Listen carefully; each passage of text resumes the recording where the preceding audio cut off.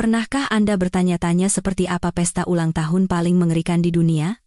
Itulah pesta ulang tahun saya sendiri, sebuah perayaan di mana saya harus duduk menonton siaran langsung pernikahan suami saya dengan wanita lain. Halo, saya Anindita, narator kisah Anda malam ini. Kita akan menyelami lebih dalam kisah penuh liku dari seorang wanita. Di atas meja makan, kehangatan dari nyala lilin di atas kue krim segar yang baru saja dinyalakan masih terasa. Dengan perlahan, saya menancapkan kuntum terakhir mawar merah muda pucat ke dalam vas di tengah meja, sebelum melirik jam yang tergantung di dinding. Pukul 19.30. Hari ini adalah hari ulang tahun saya. Saya mulai mendekorasi rumah dengan penuh semangat sejak pukul 2 siang. Meja makan dipenuhi dengan makanan kesukaannya, rendang daging yang menebarkan aroma wangi dengan minyak yang menggenang indah di permukaannya. Saun goreng dengan warna-warni cerah yang menggugah selera, dan tim telur udang segar yang pernah ia keluhkan jarang ia makan saat menghadiri pesta di luar karena harus menjaga citra. Pagi tadi sebelum berangkat kerja, ia menarik saya ke dalam pelukannya dan berbisik di telinga saya, "Sayang, malam ini aku akan pulang cepat untuk meniup lilin bersamamu, ya. Aku sudah menyiapkan hadiah kejutan yang luar biasa." Namun, 30 menit yang lalu, ponsel saya bergetar pelan. Saat saya menekan pesan suara, suaranya terdengar. "Sayang, maaf sekali, ya. Ada proyek mendadak di kantor. Klien minta dipercepat. Sepertinya malam ini harus lembur, tidak bisa dihindari. Kamu makan malam duluan saja, ya. Tidak usah menungguku. Nanti akan kuganti dengan yang lebih istimewa." Saat itu, saya masih tersenyum pada ponsel saya. Saya bahkan membalas pesannya, "Jangan terlalu lelah, ya. Jangan lupa makan." Saya bahkan sempat berpikir untuk membungkus makanan ini dan mengantarkannya ke kantornya. Tetapi, begitu saya meletakkan ponsel, sebuah pesan dari Citra, sahabat terdekat saya, muncul bersama sebuah tautan siaran langsung. "Anindita, cepat lihat ini, pria ini Baskara. Kan?" Seketika jari saya menyentuh tautan itu, cahaya merah terang memenuhi layar, lampu gantung kristal yang menghiasi seluruh langit-langit berkilauan gemerlap. Dari pintu masuk hingga ke panggung, terhampar karpet merah yang di kedua sisinya dihiasi rangkaian mawar biru setinggi kepala. Ketika kamera bergerak, saya langsung mengenalinya. Pria dalam tuxedo putih yang memegang bunga itu adalah Baskara, suami saya. Di sisinya, seorang wanita dalam gaun pengantin dengan punggung terbuka lebar sedang menggandeng lengannya, wajahnya yang bermakeup tebal tersenyum bahagia sambil bersandar di bahunya. Di atas panggung, pembawa acara mengangkat mikrofon dan mengumumkan dengan suara yang jernih dan lantang, seolah menembus speaker ponsel, "Para tamu yang terhormat, selamat datang. Di perhelatan akbar pernikahan miliaran rupiah, Bapak Baskara dan Nona Larissa." Bapak Baskara, seorang pengusaha muda yang cemerlang, dan Nona Larissa yang cantik bak bidadari, sungguh pasangan yang diciptakan di surga. Sekarang, marilah kita sambut kedua mempelai ke atas panggung dengan tepuk tangan yang meriah. Pernikahan miliaran. Larissa. Ponsel jatuh dari tangan saya ke atas taplak meja. Kuah rendang muncrat mengenai kotak kue. Saya hanya bisa duduk menatap Baskara di layar dengan tatapan kosong. Melihatnya menuntun wanita itu ke atas panggung. Melihatnya mengeluarkan cincin berlian besar dari sakunya dan memasangkannya di jari wanita itu. Dan melihatnya tersenyum penuh bangga kepada para tamu. Saya menyaksikan semuanya, merasa seolah seluruh darah di tubuh saya memompa ke kepala. Wanita itu mengambil mikrofon. Suaranya yang dibuat-buat terdengar menjijikan. "Terima kasih kepada semua yang telah hadir di hari pernikahan saya dan Mas Baskara. Sebenarnya, kami sudah cukup lama menjalin hubungan. Dia sangat perhatian pada saya. Apapun yang saya inginkan selalu ia belikan. Tidak seperti wanita lain yang hanya berpegang pada status istri sah, tetapi tidak bisa mengimbangi kesuksesan suaminya." Saat berbicara, ia sengaja melirik ke arah kamera. Provokasi yang begitu terang-terangan itu membuat saya tidak tahan lagi. Saya meraih ponsel dan menelepon Baskara. Nada sambung berbunyi hingga terputus, tetapi ia tidak mengangkatnya. Ketika saya menelepon lagi, hanya ada suara operator otomatis, "Nomor yang Anda tuju sedang tidak dapat dihubungi." Saya mengirim pesan lewat WhatsApp, muncul tanda seru merah, saya diblokir. Saya bangkit dari kursi, berjalan ke pintu depan, dan mengambil kunci. Cermin memantulkan bayangan saya dalam gaun baru yang saya beli khusus untuk hari ini, dengan riasan tipis di wajah. Semuanya terasa seperti sebuah drama komedi yang bodoh. Tidak ada waktu untuk ragu lagi. Saya membuka pintu dan menuju tempat parkir. Suara sepatu hak tinggi saya beradu dengan lantai terdengar tajam. Saya membuka pintu mobil, duduk di kursi pengemudi, dan memasukkan nama Grand Cendana Hotel ke dalam sistem navigasi alamat yang terpampang jelas di sudut layar siaran langsung. Saat menyalakan mobil, saya melirik ponsel sekali lagi. Wanita itu sedang berjinjit untuk mencium pipi Baskara. Para tamu bersorak gembira. Baskara merangkul pinggangnya dan tersenyum, tampak seperti pria paling bahagia di dunia. Saya mencengkeram kemudi dengan erat dan menginjak gas. Mobil melesat seperti anak panah yang lepas dari busurnya. Baskara, kamu bilang akan memberiku hadiah kejutan, kan? Baiklah. Hari ini, aku akan memberimu hadiah ulang tahun yang tidak akan pernah kamu lupakan seumur hidupmu. Saya memarkir mobil di depan Grand Cendana Hotel dan mendorong pintu keluar. Suara sepatu hak tinggi saya menggema di tangga marmer. Di pintu masuk hotel, sebuah papan pengumuman pernikahan besar terpajang. Mempelai pria, Baskara. Mempelai wanita, Larissa. Huruf-huruf emas di atas latar belakang merah menyakiti mata saya. Nama yang norak, sama seperti orangnya, Larissa. Seorang staf berseragam sopan menghalangi saya. Mohon maaf, Bu, apakah Ibu memiliki undangan? Saya mengabaikannya dan berjalan masuk. Suara saya sedingin es. Saya mencari Bapak Baskara, katakan padanya, istrinya datang. Wajah staf itu tampak kaget sejenak dan mencoba menghalangi saya lagi, tetapi saya menepis tangannya dan melangkah masuk ke dalam ballroom. Di dalam, suasananya jauh lebih mewah daripada yang terlihat di siaran langsung. Lampu gantung kristal bersinar terang benderang, dan di setiap meja, peralatan makan perak tertata rapi. Setiap kursi dihiasi sekuntum mawar biru. Para tamu dalam gaun dan tuxedo sedang bersulang sampanye atau berbincang pelan. Aroma manis sampanye dan kue menguar di udara. Pemandangan yang tampak begitu damai dan sempurna. Pandangan saya tertuju pada satu sudut di dekat panggung. Baskara sedang merangkul pinggang Larissa, bersulang dengan beberapa pria berjas lainnya. Ekor gaun pengantin Larissa menjuntai di lantai, dan di tangannya, ia memegang sebuah tas clutch bertabur berlian. Cincin berlian besar itu berkilauan di bawah cahaya. Ia sedang mendongak, membisikkan sesuatu kepada Baskara, tersenyum begitu lebar hingga seolah mulutnya akan robek. Saya berjalan mendekat. Sepatu hak tinggi saya memantulkan bayangan di lantai marmer yang mengilap. Para tamu di kedua sisi meletakkan sendok dan garpu mereka, lalu menoleh ke arah saya. Gelas anggur di tangan seseorang bergetar hingga isinya tumpah membasahi taplak meja putih. Ketika saya tinggal beberapa langkah lagi, Larissa lah yang pertama kali melihat saya. Senyum di wajahnya langsung membeku. Ia buru-buru menarik lengan baju Baskara. Baskara menoleh. Gelas anggur di tangannya menyenggol nampan di sebelahnya, menimbulkan bunyi ting. Anggur merah muncrat ke tuxedo putihnya. Wajahnya pucat pasi dalam sekejap. Ia menghampiri saya dan merendahkan suaranya. Kenapa kamu di sini? Siapa yang menyuruhmu datang? Saya memandang noda anggur di tuksedonya, lalu beralih ke Larissa yang menatap waspada dari kejauhan, dan tertawa pelan. Suara saya tidak keras, tetapi cukup tajam untuk membungkam semua bisikan di sekitar. Pak Baskara, katanya Anda sedang lembur di kantor? Kenapa bisa lembur di acara pernikahan? Atau, proyek mendadak dari perusahaan adalah menikahi Nona Larissa ini? Para tamu di sekitar mulai bergemuruh. Beberapa mengeluarkan ponsel untuk merekam. Yang lain berbisik-bisik. Pria itu sudah menikah? Berarti ini perselingkuhan? Lalu wanita itu siapa? Kelihatannya bukan orang sembarangan. Wajah Baskara bergantian antara merah dan pucat. Ia mencoba meraih lengan saya. Jangan membuat keributan di sini. Kalau ada apa-apa, kita bicara di luar. Saya menepis tangannya. Tenaga saya cukup kuat hingga membuatnya terhuyung, memberi selamat di pernikahan suami sendiri, kenapa disebut membuat keributan? Sebaliknya, kamu yang diam-diam mengadakan pernikahan dengan wanita lain dan membohongiku sedang lembur. Apa kamu tidak malu? Saat itulah Larissa melangkah maju, menggandeng lengan Baskara. Ia mengangkat dagunya dan menatap saya dengan tatapan dingin. Tante, tolong jaga ucapan Anda.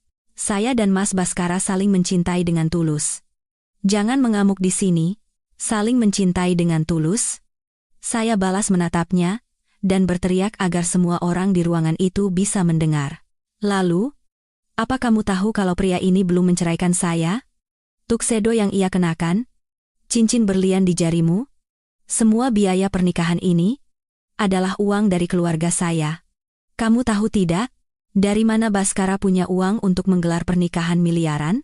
Bahkan modal untuk perusahaannya sendiri adalah uang pinjaman dari ayah saya. Wajah Larissa pucat pasi. Tanpa sadar, ia melepaskan lengan Bhaskara. Matanya bergetar, seolah bertanya pada Bhaskara apakah yang saya katakan itu benar. Bhaskara berteriak, "Kamu bicara omong kosong apa? Ini uang hasil jerih payahku sendiri, tidak ada hubungannya dengan keluargamu." Jerih payah sendiri, saya mengeluarkan ponsel dari tas, membuka aplikasi mobile banking, dan menunjukkan riwayat transfer di hadapannya. Bulan lalu, kamu bilang perusahaan kekurangan likuiditas. Aku baru saja mentransfer 500 juta rupiah kepadamu. Lupa? Tuxedo yang kamu pakai itu harganya 50 juta, yang baru kita pilih bersama minggu lalu, dan cincin di tangan Nona Larissa itu, bukankah dibeli dengan uang yang kamu bilang untuk membeli hadiah ulang tahunku? Bisikan-bisikan semakin keras. Seseorang menunjuk ke arah Bhaskara dan berkata, ternyata menantu yang numpang hidup pada mertua. Kasihan sekali wanita itu, sudah ditipu, masih harus membiayai pernikahan suaminya dengan selingkuhannya. Bhaskara mengepalkan tinjunya hingga buku-buku jarinya memutih. Ia mencoba merebut ponsel dari tangan saya, tetapi saya mundur selangkah, menabrak seorang tamu di belakang. Piring kue di tangan tamu itu jatuh ke lantai, krimnya muncat mengenai ujung gaun pengantin Larissa. Larissa menjerit. Gaunku. Ini gaun pesanan khusus seharga ratusan juta. Saya memandangnya yang sedang menghentak-hentakkan kaki karena marah dan diam-diam tertawa dalam hati. Gaun ratusan juta, memangnya kenapa? Biaya pernikahan ini saja belum mulai kuhitung. Bhaskara melihat para tamu mengeluarkan ponsel untuk merekam, wajahnya semakin pias. Ia menunjuk saya dan berkata dengan suara bergetar, "Apa maumu sebenarnya?" Saya merapikan gaun saya, menyapukan pandangan ke seluruh tamu di aula, lalu menghentikan tatapan saya di wajahnya. Kemudian, saya berkata dengan jelas, "Apa yang kuinginkan? Tidak banyak, hanya datang untuk melihat dengan mata kepala sendiri, seberapa megah pernikahan miliaran rupiah yang kamu siapkan. Dan, Bhaskara, utangmu padaku, mulai hari ini, kamu harus mulai membayarnya. Satu persatu." Begitu ucapan saya selesai, terjadi keributan di pintu masuk ballroom. Beberapa pria berjas hitam berjalan lurus ke arah kami, mereka adalah para pengawal pribadi yang dikirim ayah saya karena khawatir. Begitu Bhaskara melihat para pengawal itu, wajahnya benar-benar hancur. Ia mundur terhuyung-huyung hingga nyaris menabrak meja di belakangnya. Seorang pengawal berdiri di samping saya dan bertanya dengan suara rendah, "Nona, apa perlu kami tangani sekarang?" Saya menggelengkan kepala, memandang Bhaskara yang pucat pasi, dan berkata, "Tidak perlu. Cukup berdiri di sini dan pastikan tidak ada yang menyentuh saya." Begitu saya selesai berbicara, Larissa melompat ke depan, menunjuk wajah saya sambil berteriak, "Siapa kamu sebenarnya? Hah? Sampai membawa pengawal untuk mengancam, punya uang sedikit saja sudah sombong. Lihat gaun murahanmu itu. Beli di mana? Pantas saja Mas Bhaskara membencimu.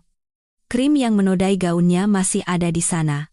Noda putih kotor itu membuatnya tampak menjijikkan, tetapi ia sendiri tidak sadar dan terus berteriak dengan leher tegang. Para tamu di sekitar tertawa kecil. Seseorang berbisik, "Wanita itu gila? Ya? Tidak lihat gaunnya sendiri juga kotor?" Bhaskara buru-buru menarik lengan Larissa. "Larissa, hentikan. Ini tidak ada hubungannya denganmu." Ia takut jika Larissa berbicara lebih banyak lagi, rahasianya yang memalukan akan terbongkar. Tetapi Larissa tidak mendengarkan. Ia menepis tangan Bhaskara dan balas berteriak, "Kenapa tidak ada hubungannya? Yang Mas Bhaskara cintai itu aku, sedangkan kamu, sudah tua, keriput di sekitar mata sudah kelihatan, masih saja mau mempertahankan status istri sah. Tidak punya malu, ya? Aku dan Mas Bhaskara baru serasi, seperti pinang dibelah dua. Kamu itu cuma wanita tak berguna yang hanya bisa mengandalkan orang tua." Saya tersenyum dingin dan melangkah maju mendekatinya. Jarak kami kurang dari setengah meter. Saya bisa melihat dengan jelas bedaknya yang retak-retak di wajahnya. Aku mengandalkan orang tuaku, setidaknya uang keluargaku bersih. Tidak seperti orang lain yang menipu pria untuk membelikan barang-barang mewah dan berlagak seperti putri dari kahyangan. Wajah Larissa memerah padam. Jangan bicara sembarangan. Aku dan Mas Baskara benar-benar saling mencintai. Dia membelikanku barang karena dia menyukaiku. Suka? Saya mengeluarkan ponsel lain dari tas. Ini adalah file cadangan obrolan WhatsApp Larissa, yang tidak sengaja saya temukan saat menyuruh orang melacak penggunaan kartu kredit Baskara. Saya membuka sebuah gambar dan menunjukkannya di hadapannya. Kalau begitu, pesan yang kamu kirim ke temanmu ini, si Baskara itu, cuma digoda sedikit sudah membelikan tas mewah. Bodoh sekali, begitu saham perusahaannya kudapatkan, akan langsung kutendang. Ini juga cinta dari hati, ya? Mata Larissa terbelalak. Ia mencoba merebut ponsel itu. Bagaimana kamu bisa mendapatkannya? Kamu memeriksa ponselku? Dasar pencuri. Seorang pengawal melangkah maju dan menahan tangannya. Ketika tidak bisa merebut ponsel, Larissa menghentakkan kakinya dan berpura-pura akan menangis. Ia menoleh ke Baskara. Mas Baskara, tolong Larissa, wanita ini memfitnahku. Foto itu editan. Baskara menatap tangkapan layar di ponsel saya. Jari-jarinya gemetar. Foto profil dan nama di dalamnya sangat ia kenal, karena itu adalah orang yang diperkenalkan Larissa sebagai sahabat terdekatnya. Ia membuka mulut, tetapi tidak bisa berkata apa-apa. Wajahnya semakin pucat. Saya membuka tangkapan layar lain. Itu adalah pesan suara yang dikirim Larissa kepada ibunya, yang sudah diubah menjadi teks. Ibu tidak usah khawatir, sekarang Baskara sudah dalam genggaman Larissa. Begitu kami menikah, Larissa akan langsung menyuruhnya mentransfer apartemen atas namanya ke nama Larissa. Dengan begitu, kita bisa pindah dari kontrakan sempit itu. Oh, dan soal istrinya, Larissa sudah selidiki, dia cuma wanita lugu yang gampang diatur. Lugu? Saya mengangkat ponsel lebih tinggi agar semua tamu di sekitar bisa melihatnya. Nona Larissa, katanya saya lugu? Ya? Lalu sekarang, siapa yang sedang dipermalukan habis-habisan di sini? Suara gemuruh terdengar seperti ledakan. Beberapa orang merekam video, yang lain menunjuk-nunjuk Larissa. Ternyata penipu. Kasihan juga si Baskara, bertemu wanita seperti ini, tidak bisa dibandingkan dengan istrinya, setidaknya yang itu terlihat lebih berkelas. Mendengar ucapan orang-orang, wajah Larissa memerah padam. Ia terduduk di lantai dan mulai menangis. Ujung gaun pengantinnya terseret di lantai, menjadi lebih kotor. Bukan begitu, kalian semua salah paham. Mas, cepat katakan pada mereka. Baskara berdiri kaku, tidak tahu harus berbuat apa. Ia memandang bergantian antara Larissa yang meraung-raung, wajah dingin saya, dan tatapan sinis para tamu.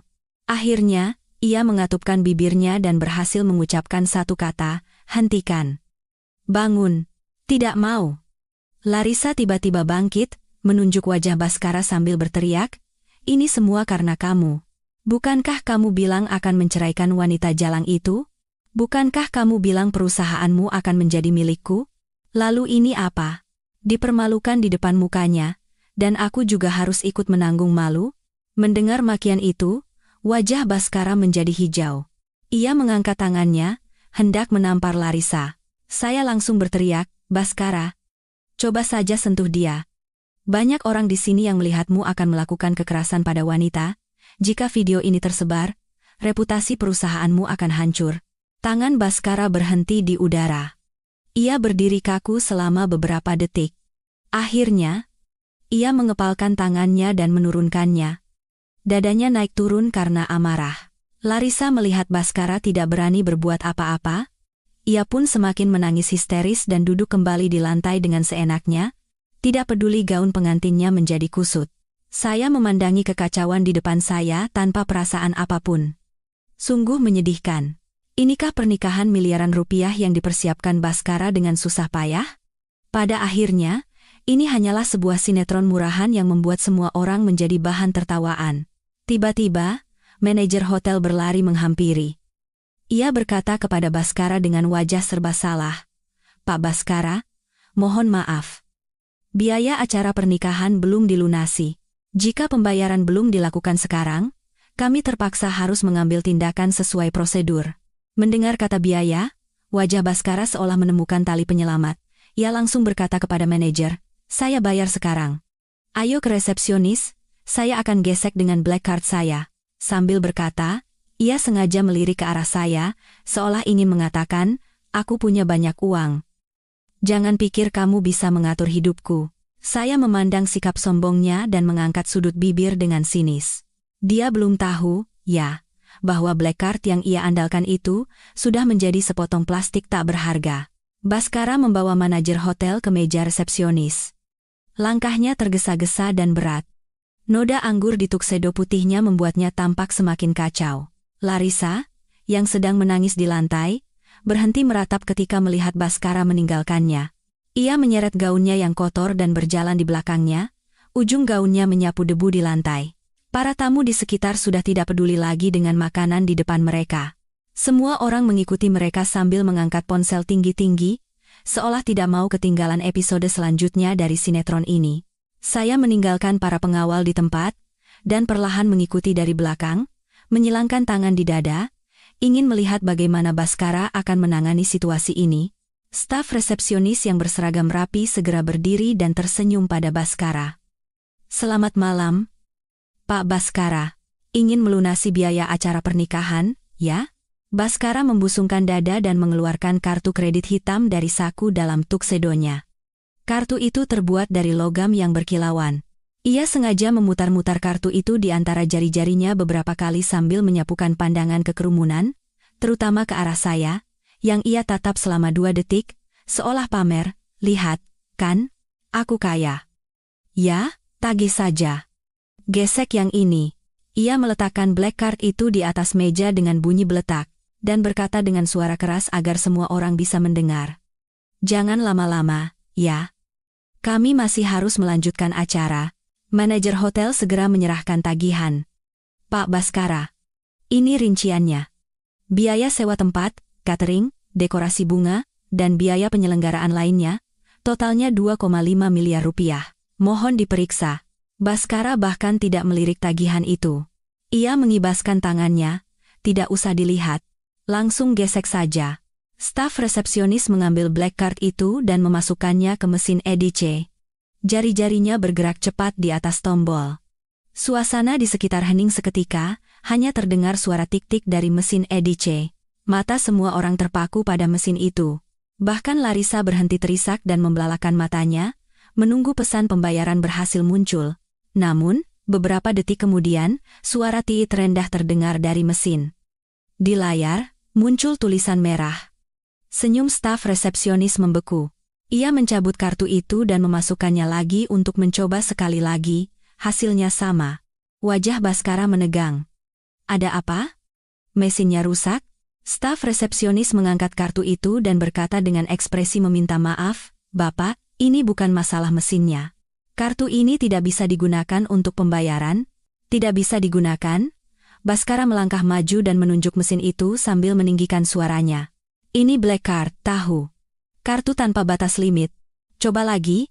Bisikan-bisikan mulai terdengar dari sekitar. Beberapa bahkan tidak bisa menahan tawa. "Kartu tanpa batas limit tapi tidak bisa digesek? Kartu palsu kali? Ya?" Tadi gayanya sombong sekali, ternyata cuma pamer.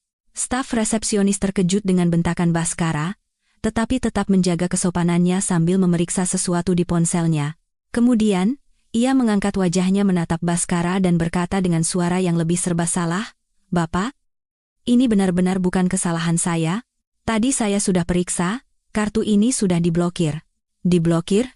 Baskara tampak tidak percaya. Ia merebut black card itu dan membolak-baliknya. "Tidak mungkin. Ini kartuku. Kapan aku memblokirnya? Kamu salah periksa." "Ya? Bukan, Pak." Staf resepsionis menunjukkan layar ponselnya kepada Baskara. Di layar, status kartu itu terpampang jelas. Pemilik kartu ini adalah Ibu Anindita, istri Bapak. Kemarin siang, Ibu Anindita datang sendiri ke bank untuk mengajukan pemblokiran kartu utama, dan semua kartu tambahan yang terkait juga ikut dinonaktifkan. Pemiliknya wanita itu? Black card itu jatuh dari tangan Baskara ke atas meja dengan bunyi beletak. Ia berdiri terpaku, Wajahnya seolah baru pertama kali mendengar hal ini. Tidak mungkin, kartu ini selalu aku pakai. Bagaimana bisa pemiliknya wanita itu? Saya angkat bicara dari belakang dengan dingin. Suara saya tidak keras, tetapi semua orang mendengarnya dengan jelas. Baskara, kartu itu adalah hadiah pernikahan dari ayahku untukmu saat kita menikah. Nama pemiliknya adalah namaku. Waktu itu aku sudah bilang padamu, pakai saja dulu, bukan kuberikan sepenuhnya. Kekacauan langsung pecah.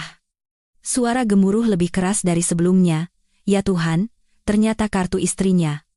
Pantas saja diblokir. Pria ini benar-benar tidak tahu malu, mau memakai uang istri untuk menikahi selingkuhan. Rasakan, kartunya diputus. Baskara berbalik menatap saya, matanya memerah. Suaranya bergetar. Kamu? Kamu yang memblokir kartu ini? Kamu sengaja? Kan? Saya melangkah 2 langkah ke arahnya dan berhenti, menatapnya dengan tatapan sedingin es. Kalau tidak kublokir, kamu akan memakai uang itu untuk membeli cincin berlian untuk selingkuhanmu, lalu membayar biaya pernikahan kalian? Begitu? Baskara, kamu memakai uangku untuk membiayai wanita lain, dan sekarang kamu masih punya muka untuk bertanya apakah aku sengaja? Wajah Larissa yang berdiri di sampingnya pucat pasi.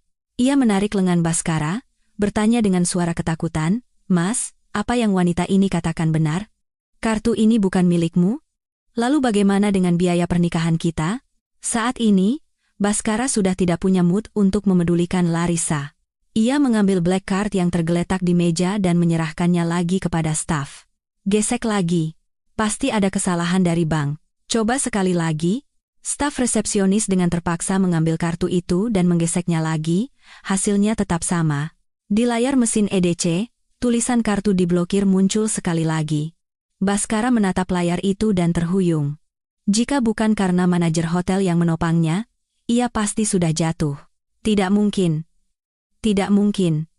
Gumamnya berulang kali. Matanya menatap black card itu dengan nanar, seolah tidak percaya bahwa kartu tanpa batas limit miliknya telah menjadi barang tak berharga. Para tamu di sekitar tertawa terbahak-bahak. Beberapa bahkan dengan sengaja mengangkat ponsel untuk memotretnya. Inilah pernikahan miliaran, biayanya saja tidak bisa dibayar, lucu sekali. Sombong dengan uang istri, akhirnya hancur juga. Hah, ayo kita pergi. Menjijikkan. Larissa melihat kondisi Baskara dan mendengar tawa mengejek dari orang-orang di sekitarnya, lalu menjerit. Baskara? Kamu menipuku? Ya? Katanya kaya. Katanya mau memberiku pernikahan terbaik. Lalu ini apa? Kamu cuma gembel yang tidak bisa bayar biaya nikah. Dasar penipu. Ia berteriak sambil memukuli Baskara. Baskara, yang sedang mencari pelampiasan amarah, langsung meledak ketika Larissa menyerangnya. Ia mendorong Larissa menjauh. Berisik, kalau bukan karena kamu mau pernikahan mewah, hal seperti ini tidak akan terjadi. Larissa kehilangan keseimbangan dan jatuh ke belakang, menabrak seorang tamu. Anggur merah di tangan tamu itu tumpah ke seluruh tubuhnya. Anggur merah meresap ke gaun pengantin putihnya, seperti noda darah yang mengerikan. Larissa terduduk di lantai, memandangi dirinya yang kotor dan cincin berlian yang tak berharga, lalu menangis meraung-raung. Tangisannya semakin keras, menggema di seluruh lobi hotel. Baskara memandangi kekacauan ini, tawa sinis para tamu, dan saya yang berdiri diam dengan wajah dingin. Akhirnya, ia hancur. Ia terduduk di lantai, menjambak rambutnya sambil menggumamkan sesuatu. Saya melihat kondisinya yang menyedihkan tanpa merasa kasihan sedikit pun. Hanya senyum dingin yang muncul di wajah saya. Baskara, ini baru permulaan. Utangmu padaku jauh lebih banyak dari ini. Tangisan dan bisikan bercampur aduk. Larissa meraung-raung di lantai, noda anggur di gaunnya semakin melebar, tampak seperti luka yang mengerikan. Dan Baskara, yang duduk menjambak rambutnya di depan meja resepsionis, tubuhnya bergetar, sepertinya sedang menangis. Sikap sombongnya tadi lenyap tak berbekas, hanya menyisakan kebingungan dan keputusasaan. Manajer hotel yang berdiri di sampingnya mulai menunjukkan wajah masam. Akhirnya, ia tidak tahan lagi dan berkata, Pak Baskara, jika sekarang masih belum bisa melakukan pembayaran, pihak kami terpaksa harus mengambil tindakan sesuai prosedur. Mohon segera hubungi keluarga Anda untuk mentransfer dana, atau menyerahkan barang berharga sebagai jaminan. transfer dana. Baskara langsung mengangkat wajahnya. Matanya memancarkan secercah harapan, seolah baru saja meraih tali penyelamat terakhir. Ya, transfer. Saya akan minta orang mentransfer uangnya. Ia buru-buru merogoh sakunya. Saku kiri kosong. Ia merogoh saku kanan dengan panik. Akhirnya, ia berhasil mengeluarkan ponselnya. Layarnya masih menyala. Sepertinya ia belum mematikan siaran langsung tadi. Layar itu penuh dengan komentar netizen. Siaran langsung akhir kisah penipu menantu numpang. Ia sudah tidak peduli dengan semua itu. Dengan jari gemetar, ia mencoba mencari nomor saya. Beberapa kali salah menekan. Akhirnya ia menemukan nomor saya di daftar kontak. Suasana di sekitar hening. Mata semua orang tertuju pada ponsel di tangannya. Bahkan Larissa berhenti menangis dan memasang telinga. Ia menarik napas dalam-dalam dan menekan tombol panggil. Ia mengangkat ponsel ke telinganya sambil menatap tajam ke arah saya, seolah ingin menembus isi hati saya. Tut, tut, tut. Suara nada tunggu terdengar sangat jelas, di lobi yang senyap. Setelah beberapa saat, suara wanita dari sistem otomatis terdengar. Tidak ada jawaban dari nomor yang Anda tuju. Wajah Baskara kembali pucat. Ia menggertakkan giginya dan menekan tombol panggil lagi. Kali ini, ia menekan dengan begitu kuat hingga buku-buku jarinya memutih. Tut, tut. Tetap tidak ada yang mengangkat. Seseorang tertawa pelan dari samping. Sepertinya nomornya sudah diblokir istrinya. Rasakan. Sudah berbuat seperti itu, masih berharap teleponnya diangkat? Baskara tidak peduli dengan ejekan itu. Ia menutup telepon dan membuka WhatsApp. Ia mengetik dengan membabi buta dan mengirim pesan. Ponsel di saku saya bergetar tanpa henti. Layarnya menyala lalu mati. Saya mengeluarkan ponsel dan melihatnya. Pesan pertama, sayang, aku salah. Soal kartu itu, aku minta maaf. Jangan marah lagi. Ya? Pesan kedua, pernikahan itu cuma main-main. Aku dan Larissa cuma sandiwara. Tidak serius. Pesan ketiga. Angkat teleponnya. Dong. Pihak hotel mau menyita barang-barangku. Tolong transfer uang dulu. Bisa? Nanti kita bicarakan di rumah. Pesan keempat. Sudah cukup. Aku sudah memohon padamu. Jaga mukaku sedikit, banyak orang yang melihat. Saya membaca pesan-pesan itu, lalu mengubah ponsel ke mode senyap dan memasukkannya kembali ke saku. Dalam situasi seperti ini, dia masih bicara soal muka. Saat menggelar pernikahan, dia tidak pernah memikirkan muka saya. Baskara menunggu beberapa saat, tetapi tidak ada balasan. Melihat pesannya di WhatsApp belum juga dibaca, ia mulai gelisah dan berdiri. Ia berteriak ke arah saya, "Kamu sudah baca pesannya? Kan? Cepat balas. Apa kamu mau aku dipermalukan sampai titik terendah?" Saya bersandar di pilar di samping, menyilangkan tangan, dan menatapnya dengan dingin. Baskara, baru sekarang kamu merasa malu, saat diam-diam menggelar pernikahan dengan wanita lain, saat memakai uangku untuk membeli cincin berlian untuk wanita itu? Kamu tidak pernah berpikir akan dipermalukan seperti ini? Waktu itu aku hanya hilaf sesaat. Baskara mencoba mendekati saya, tetapi seorang pengawal langsung menghalanginya. Ia terpaksa berdiri di tempatnya dan merendahkan suaranya, nadanya seperti memohon, "Sayang, aku benar-benar salah. Kita pulang dan bicarakan baik-baik, ya? Pernikahan ini semua aku batalkan. Aku akan putus dengan Larissa. Kumohon, jangan perlakukan aku seperti ini." Putus? Larissa yang tergeletak di lantai tiba-tiba bangkit dan menunjuk wajah Baskara sambil berteriak, "Baskara, dasar brengsek. Tadi kamu bilang akan menceraikan wanita jalang itu, sekarang kamu mau meninggalkanku? Kamu anggap aku ini mainan?" Ia berteriak sambil mencoba merebut ponsel Baskara. "Aku akan bicara dengan wanita itu biar jelas. Biar dia tahu, yang kamu cintai itu aku." Baskara mendorongnya dengan kesal. "Kamu gila?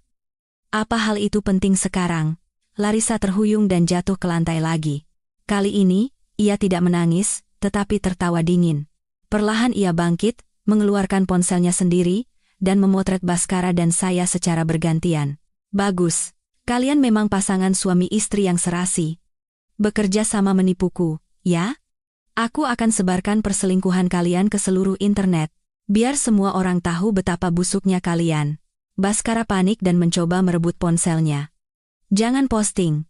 Berani kamu posting, aku tidak akan melepaskanmu. Kenapa tidak boleh?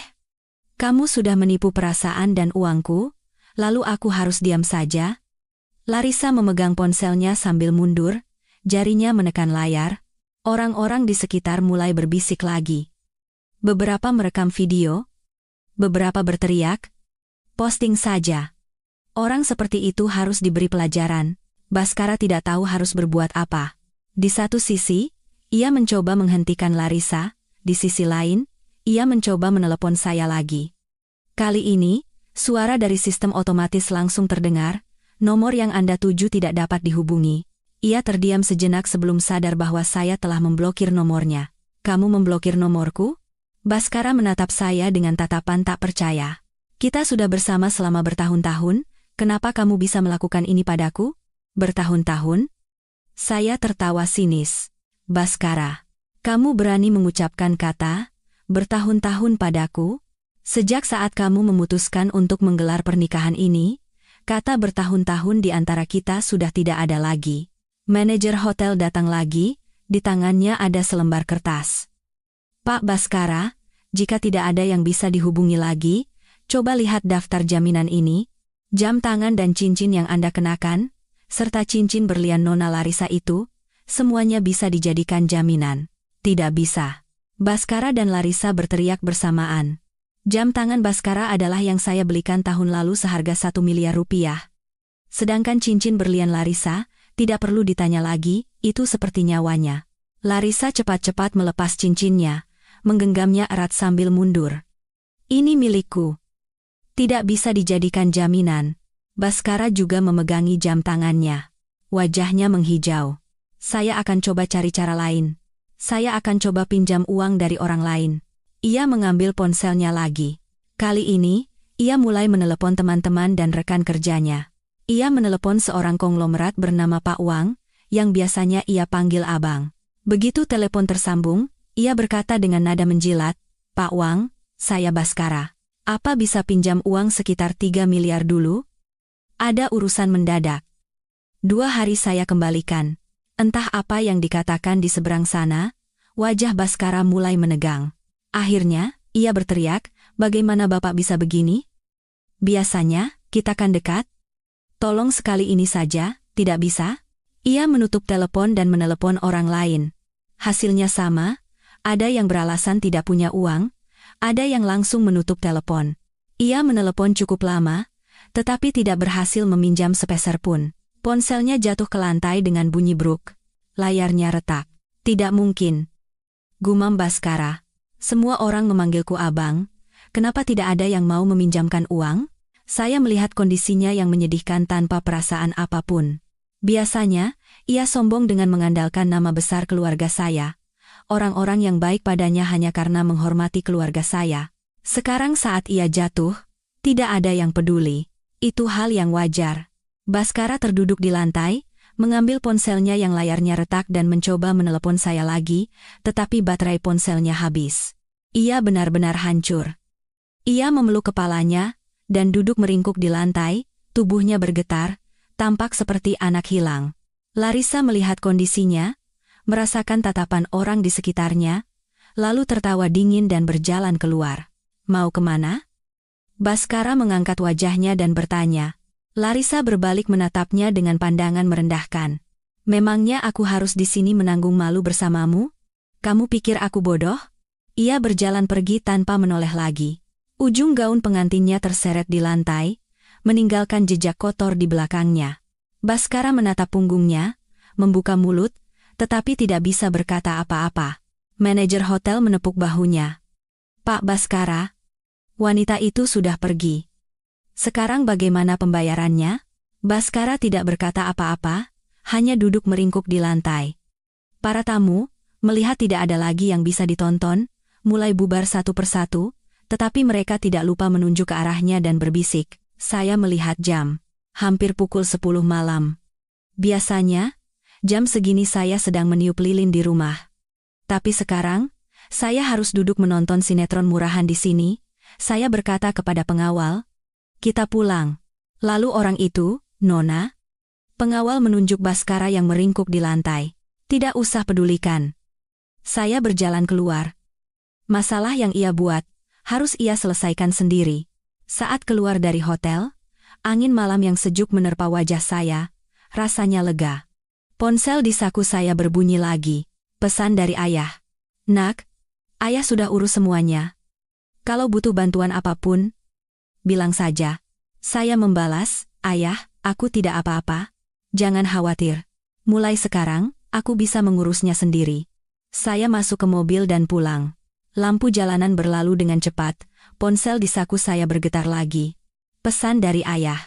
Sudah makan, nak? Mau ayah siapkan camilan? Saya menatap layar ponsel, mata saya berkaca-kaca, tetapi tidak menangis, menangisi pria seperti Baskara, terlalu sia-sia. Saat memarkir mobil di depan apartemen, saya melihat lampu di jendela kamar saya menyala dari kejauhan, dan di depan pintu, ada bayangan dua orang. Ayah dan ibu. Begitu saya membuka pintu mobil, ibu langsung menghampiri dan memegang tangan saya. Tangannya hangat. Anakku, bagaimana keadaanmu? Kenapa wajahmu pucat begini? Kedinginan. Ya, ibu, aku tidak apa-apa. Saya menggeleng dan mengikuti ayah dan ibu masuk ke dalam. Di ruang tamu, lampu menyala terang. Di atas meja makan, ada semangkuk sup pangsit udang panas yang mengepul. Itu pangsit udang kesukaan saya sejak kecil. Ayah duduk di sofa, jarinya mengetuk-ngetuk sandaran tangan. Duduklah. Ceritakan pada ayah, apa saja yang dilakukan bajingan itu. Ayah sudah dengar sedikit dari pengawal soal kejadian di hotel, tapi ayah mau dengar langsung darimu. Saya duduk di sofa, mengambil sendok dan menyuap pangsit. Kuah hangat mengalir di tenggorokan. Baru setelah itu saya mulai menceritakan semua yang terjadi sejak pagi, perlahan-lahan, mulai dari janji Baskara akan merayakan ulang tahun bersama, kebohongannya tentang lembur, siaran langsung pernikahan, konfrontasi di hotel, hingga pembatalan black card. Belum selesai saya bercerita, mata ibu sudah memerah. Ia menepuk punggung tangan saya dengan lembut. Ibu sudah bilang, bajingan itu dari awal gelagatnya tidak baik. Waktu mendekatimu, dia hanya mengincar harta keluarga kita. Tapi kamu tidak pernah mau dengar. Akhirnya dikhianati juga. Wajah ayah sudah mengeras. Ketukan jarinya di sandaran tangan semakin cepat. Ayah mengambil ponsel di atas meja dan langsung menekan nomor. Begitu tersambung, suaranya sedingin es. Pak Santoso, saya Wijaya. Hentikan semua kerjasama antara grup kita dengan Baskara Teknologi sekarang juga. Proyek yang sedang berjalan, entah sudah tanda tangan kontrak atau belum, hentikan semuanya. Soal denda, biar tim hukum yang urus. Jangan beri ampun. Saya tertegun sejenak. Baskara Teknologi adalah perusahaan Baskara. Awalnya ia bisa mendirikan perusahaan itu karena modal dari ayah. Setelah itu, dengan mengandalkan kerjasama dengan grup kami, namanya baru bisa naik. Sekarang, hanya dengan satu ucapan ayah, ia kehilangan koneksi terbesarnya. Sepertinya ada laporan masuk melalui telepon. Ayah melanjutkan, dan hubungi pihak bank. Waktu Baskara Teknologi pinjam uang, kita kan jadi penjaminnya. Sekarang ajukan pembatalan penjaminan segera, suruh bank menagih utangnya sesuai prosedur, kalau dia tidak bisa bayar, proses secara hukum. Jangan kasihani dia.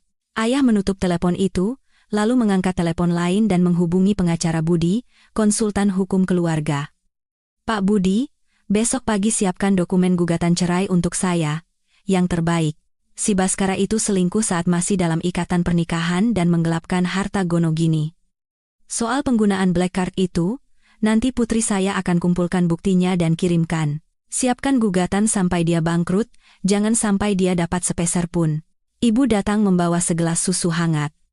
Dan apartemen yang dia tinggali, kan kita yang beli tunai, atas nama ibu. Besok telepon pengelola gedung, suruh keluarkan semua barangnya. Jangan biarkan dia menginjakan kaki di sana lagi. Saya meminum susu hangat itu, merasa beban di hati sedikit terangkat. Dulu, saya pikir pernikahan adalah urusan dua orang, tidak mau bergantung pada keluarga. Tapi sekarang saya sadar, keluarga adalah sandaran terkuat saya. Mereka yang paling terluka saat saya sedih, dan mereka yang siap berjuang untuk saya. Ayah mendekat dan menepuk bahu saya dengan lembut. Nak, jangan pikir ini bergantung pada keluarga. Kamu adalah putri ayah. Baskara meremehkanmu, sama saja dengan meremehkan keluarga kita. Karena dia bisa naik karena nama besar keluarga kita, sekarang kita tarik dia kembali ke tempatnya, itu wajar. Tidak, kita harus membuatnya jatuh lebih rendah lagi, biar dia tahu jangan macam-macam dengan orang sembarangan. Saya mengangguk dan melanjutkan minum susu. Cairan hangat itu mengalir di tenggorokan hingga ke hati. Ibu duduk di samping saya, mengambil ponsel saya dan melihat pesan-pesan dari Baskara sambil mengerutkan kening. Lihat ini, kata-katanya menyebalkan sekali. Pernikahan itu main-main, sandiwara dengan Larissa. Ini ucapan manusia, sudah selingkuh, masih bicara seolah itu hal sepele. Muka tembok, mana ada yang minta dijaga mukanya saat menggelar pernikahan, tapi tidak memikirkan muka anakku. Tiba-tiba, ponsel ayah berdering. Nomor sekretarisnya, ayah menyalakan speakerphone. Pak, baru dapat kabar. Beberapa perusahaan mitra Baskara Teknologi baru saja menghubungi untuk membatalkan kontrak. Mereka bilang, meskipun menghormati Bapak, mereka tidak bisa lagi berbisnis dengan orang yang perilakunya tidak pantas seperti Pak Baskara. Ayah tertawa dingin. Sudah tahu. Cepat juga mereka bertindak. Awasi terus. Jangan sampai si Baskara itu bisa mengandalkan orang lain lagi. Kalau ada perusahaan di grup kita yang coba membantunya, katakan saja kita tidak akan tinggal diam. Setelah telepon ditutup, rumah menjadi hening sejenak. Tiba-tiba ibu teringat sesuatu. Ia memegang tangan saya. Oh ya, besok kita belanja, ya? Beli baju baru, perawatan spa, lupakan hal-hal buruk. Putri ibu masih muda, cantik, dan punya keluarga sebagai pendukung yang kuat.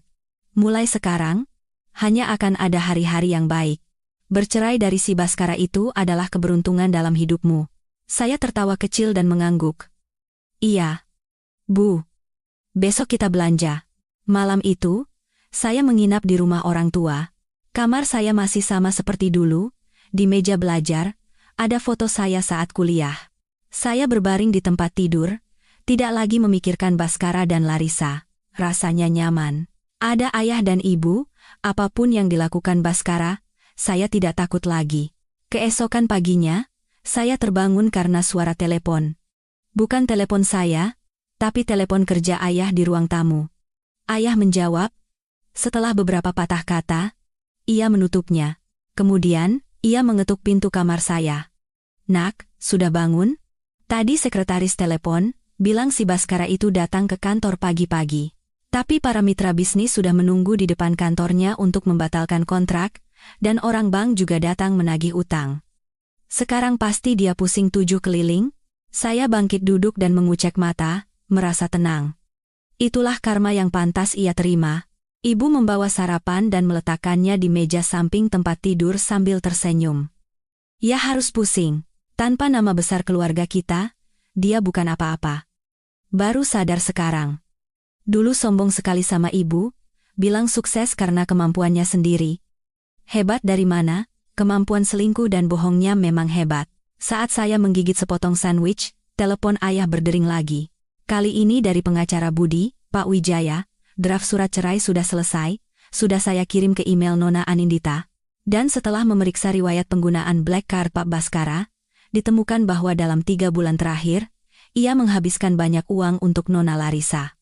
Cincin berliannya saja 800 juta. Belum lagi uang muka untuk apartemen lain yang dibayar dengan kartu itu. Semua ini bisa dianggap penggelapan harta bersama dan bisa dituntut pengembaliannya saat cerai. Ayah berkata ke telepon, bagus. Kumpulkan bukti secepatnya dan mulai proses perceraian minggu depan. Jangan ditunda-tunda. Setelah menutup telepon, ayah menoleh ke saya. Nak, jangan khawatir, kali ini ayah tidak hanya akan mengusirnya dengan tangan kosong, tapi juga akan membuatnya mengembalikan semua uang yang ia gelapkan. Biar dia merasakan akibatnya karena telah macam-macam dengan keluarga kita. Saya mengangguk dan membuka email. Perjanjian dalam surat cerai itu dibuat dengan sangat jelas, tidak menyisakan celah sedikitpun untuk Baskara. Saat itu, sebuah pesan dari nomor tak dikenal masuk ke ponsel saya. Setelah dibuka, ternyata sebuah video pendek. Itu adalah gambar Baskara yang sedang berdebat dengan perwakilan mitra bisnis di depan perusahaannya. Ia masih mengenakan tuxedo putih kotor dari kemarin, rambutnya acak-acakan, ia berteriak seperti orang gila. Kontrak tidak bisa dibatalkan. Kalian tahu kan saya dekat dengan Pak Wijaya? Pasti ada salah paham. Saya menunjukkan video itu kepada ayah dan ibu. Ibu tertawa sinis. Masih berani menyebut-nyebut nama ayah? Dia tidak tahu ya kalau semua ini perintah ayah. Ayah melihat video itu dengan tatapan dingin. Nanti juga dia tahu. Biarkan dia meronta-ronta dulu beberapa hari. Kalau sudah terpojok, baru kita ajukan gugatan cerai. Biar dia tahu, dari awal dia tidak akan pernah menang. Saat saya dan orang tua sedang menonton Baskara yang mengamuk di video, telepon dari sekretaris ayah masuk lagi. Baskara mengamuk di depan perusahaan cukup lama. Akhirnya didorong masuk ke gedung oleh perwakilan mitra. Sekarang ia mengunci diri di ruang kerjanya, bahkan tidak mau bertemu sekretarisnya sendiri. Ibu meletakkan telepon dan berdecak. Sekarang sembunyi, memangnya ada yang akan berubah? Waktu menggelar pernikahan tidak berpikir akan menghadapi kondisi seperti ini, saya tidak berkata apa-apa. Saya tahu penderitaan Baskara baru saja dimulai. Saat hendak menyimpan ponsel, telepon ayah berdering lagi. Kali ini dari pengelola apartemen tempat kami dulu tinggal. Ada yang membuat keributan di lantai bawah apartemen dan mencari Pak Baskara. Ayah berkata ke telepon. Siapa yang membuat keributan? Minta satpam untuk menangani dulu. Saya akan segera kirim orang ke sana. Setelah menutup telepon, ayah menoleh ke saya. Pasti si Larissa itu tidak bisa menemukan Baskara, jadi dia mencarinya ke apartemen. Kamu mau lihat? Atau biar pengawal saja yang pergi? Saya berpikir sejenak, lalu menggeleng. Aku tidak mau pergi. Biar pengawal saja. Aku tidak ada urusan lagi dengan wanita itu. Meskipun begitu, saya penasaran juga apa yang sedang dilakukan Larissa. Tidak lama, pengawal mengirimkan video. Di dalam video, Larissa mengenakan gaun berkilauan, tetapi rambutnya acak-acakan dan riasannya sudah luntur separuh. Ia sedang berkacak pinggang berdebat dengan satpam. Suaranya melengking menusuk telinga. Saya ini tunangan Mas Baskara. Apartemen ini juga dia yang belikan untuk saya. Kalian siapa, berani melarang saya masuk? Berikan kuncinya sekarang, atau saya panggil polisi. Satpam berkata dengan wajah serba salah. Ibu, pemilik unit ini adalah Ibu Anindita, bukan Pak Baskara, dan Ibu Anindita sudah berpesan tidak boleh ada yang masuk. Silakan ibu pulang. Pemiliknya si jalang itu. Larissa terdiam sejenak, lalu mulai mengamuk lagi. Tidak mungkin. Dia bilang mau membelikannya untukku, sertifikatnya juga akan atas namaku. Kalian pasti disogok sama si jalang itu kan? Pokoknya hari ini aku harus masuk. Ia berkata sambil mencoba berlari masuk ke gedung, tetapi satpam segera menghalanginya. Saat mereka saling tarik, gaun Larissa robek. Ia marah hingga menghentakkan kaki dan mencoba mencakar wajah satpam. Saya melihat Larissa yang mengamuk di video dan tertawa sinis. Dia masih percaya Baskara akan membelikannya rumah, masih percaya akan mendapatkan sesuatu darinya, tanpa tahu bahwa Baskara sendiri sekarang tidak bisa menyelamatkan dirinya.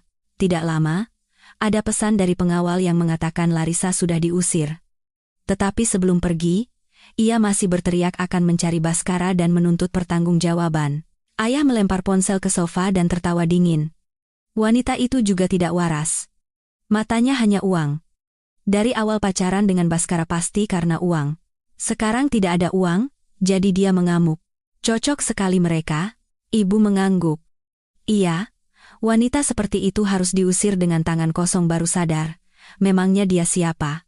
Saat saya hendak mengatakan sesuatu, sebuah pesan MMS dari nomor tak dikenal masuk ke ponsel saya. Ternyata dari Larissa. Itu adalah foto mesranya dengan Baskara, disertai pesan, Anindita. Aku tahu kamu sedang melihat ini. Kalau kamu pintar, cepat ceraikan Baskara dan berikan semua yang dia janjikan padaku.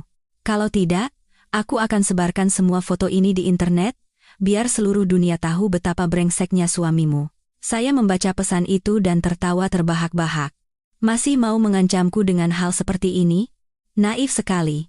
Saya meneruskan pesan itu kepada ayah dan pengacara Budi, lalu membalas Larissa, silakan saja sebar. Terima kasih ya sudah membuat seluruh dunia tahu bagaimana kamu menjadi selingkuhan dan bagaimana Baskara berselingkuh. Barang yang kamu mau, tagih saja sendiri pada Baskara. Sekarang dia saja tidak bisa menyelamatkan dirinya sendiri, entah masih punya kemampuan untuk memberimu sesuatu atau tidak. Setelah mengirim pesan, Saya mengubah ponsel ke mode senyap dan tidak mempedulikannya lagi. Tidak lama, ada telepon dari pengacara Budi. Ia mengatakan foto yang dikirim Larissa sudah disimpan sebagai bukti perselingkuhan Baskara dan akan sangat berguna dalam kasus perceraian.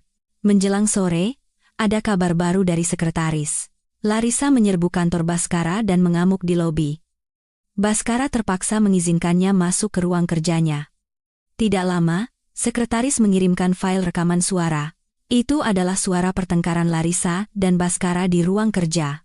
Baskara, kamu ini main sandiwara apa? Biaya hotel saja tidak bisa bayar sampai diusir. Apartemen ternyata atas nama si Jalang itu. Kamu menipuku. Kan, berisik. Perusahaan ini mau bangkrut, semua mitra membatalkan kontrak, bank datang menagih utang. Mana sempat aku memikirkan hal itu? Tidak sempat memikirkan? Waktu merayuku, bicaramu manis sekali. Berjanji akan memberiku kehidupan terbaik, membelikan rumah, membelikan berlian, lalu ini apa? Pernikahan tidak selesai, rumah milik orang lain. Kamu penipu? Aku penipu? Siapa yang setiap hari merayuku, bilang meskipun tidak punya uang akan tetap mencintaiku? Sekarang aku tidak punya uang, kamu langsung pergi. Matamu hanya uang, kan? Aku mata duitan? Lalu kenapa kamu bohong padaku kalau kamu kaya? Kenapa memberiku harapan palsu?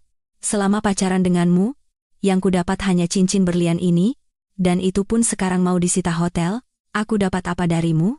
Baskara terdiam sejenak, lalu merendahkan suaranya. Larissa, tunggu sebentar lagi ya. Begitu urusan perusahaan selesai, aku pasti akan membelikanmu rumah, biaya pernikahan juga akan kubayar. Percayalah padaku. Bagaimana aku bisa percaya padamu? Perusahaanmu sendiri tidak bisa kamu pertahankan, mau pakai apa untuk membelikanku rumah? Dengar ya, Baskara, cepat kembalikan cincin berlianku dan bayar uang kompensasi 5 miliar. Kalau tidak, aku akan bongkar semua hubungan kita. Biar semua orang tahu betapa brengseknya kamu. Baskara tertawa seperti mendengar lelucon. 5 miliar? Mimpi saja. Cincin itu dibeli dengan black card. Kartu itu sudah diblokir. Cincin itu sudah menjadi harta gono gini. Kamu pikir bisa dapat? Coba saja bongkar. Aku juga akan bilang kamu yang menggodaku, bilang kamu selingkuhan yang merusak rumah tanggaku. Kita lihat saja, reputasi siapa yang lebih hancur. Bagaimana kamu bisa melakukan ini padaku, Baskara? Kamu benar-benar jahat. Aku buta telah pacaran dengan orang sepertimu. Rekaman suara berakhir di situ. Larissa mungkin sudah tidak tahan lagi dan keluar dari ruangan. Saya memperdengarkan rekaman itu kepada ayah dan ibu. Ibu setelah selesai mendengarkan, marah hingga memukul meja. Baskara ini benar-benar jahat. Dia yang selingkuh, malah menyalahkan Larissa yang menggodanya. Muka tembok, ayah mengerutkan kening. Sekarang sudah terpojok, jadi dia mau menyeret Larissa ikut tenggelam. Tapi bagus juga, biarkan mereka saling gigit. Kita tinggal menonton, bukti untuk perceraian akan semakin kuat. Saya mengangguk, merasa lega. Baskara dan Larissa, yang satu serakah dan egois, yang satu penuh kemewahan palsu. Sekarang, pemandangan mereka saling menggigit seolah membuktikan pepatah, orang jahat akan dihukum oleh orang yang lebih jahat. Tidak lama, kabar dari sekretaris datang lagi. Setelah keluar dari ruang kerja Baskara, Larissa menangis meraung-raung di lobi perusahaan, memaki Baskara sebagai penipu dan selingkuhan, lalu membongkar semua kisah mereka. Banyak karyawan yang mengerumuni, Baskara terpaksa menyuruh satpam mengusir Larissa, lalu bersembunyi di ruang kerjanya dan tidak mau membuka pintu. Ibu tertawa. Puas sekali rasanya. Biarkan saja dia bongkar semuanya. Biar seluruh dunia tahu betapa busuknya mereka. Saya memandang keluar jendela. Matahari terbenam mewarnai langit menjadi merah, tiba-tiba merasa lega. Kemarahan dan kekecewaan yang lalu seolah lenyap, melihat Baskara dan Larissa saling menghancurkan.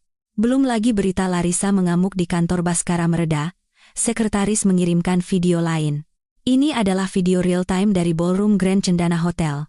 Setelah dibuka, ballroom yang tadinya mewah sudah tidak lagi memiliki suasana perayaan. Makanan di atas meja hampir tidak tersentuh dan sudah dingin. Kue krim ambruk di lantai, krim putih dan mawar biru bercampur aduk. Staf hotel sedang membersihkan dengan wajah lelah, dan beberapa orang yang sepertinya manajer berdiri di samping panggung dengan kening berkerut. Yang paling menarik adalah para tamu. Mereka bergerombol di dekat pintu masuk, tidak lagi berlagak seperti bangsawan yang memegang gelas sampanye. Sebaliknya, mereka tertawa mengejek dan menyindir dengan terang-terangan. Saya menunjukkan video itu kepada ayah dan ibu. Ibu setelah selesai menonton, tertawa terbahak-bahak. Ini pernikahan miliaran dari mana? Seperti pasar pagi saja. Rasakan. Di dalam video, seorang pria parubaya berjas berkata kepada kelompoknya, dengan suara keras yang terdengar jelas melalui telepon, "Kalau tahu si Baskara itu orang seperti ini, tidak akan datang aku. Pernikahan miliaran apaan? Biaya acara 2,5 miliar saja tidak bisa bayar." Sombong pakai black card istri, akhirnya kartunya diblokir. Memalukan. Seorang wanita di sampingnya menambahkan, sambil memotret kekacauan di lantai dengan ponselnya, "Iya, loh.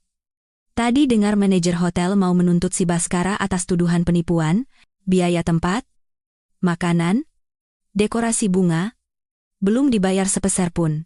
Tamu lain datang dan menunjuk papan nama Baskara, Larissa di belakang panggung sambil tertawa terpingkal-pingkal. "Lihat nama itu. Dihiasi emas berkilauan.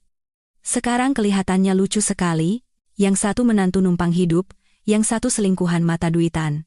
Cocok sekali." Saya melihat gambar di video dan teringat pagi tadi saat Baskara masih bilang sedang lembur. Tapi siangnya, ia sudah mengenakan tuxedo putih menerima ucapan selamat dari semua orang. Tapi sekarang, tidak ada yang mau membersihkan kekacauan ini. Di hati saya hanya ada tawa dingin.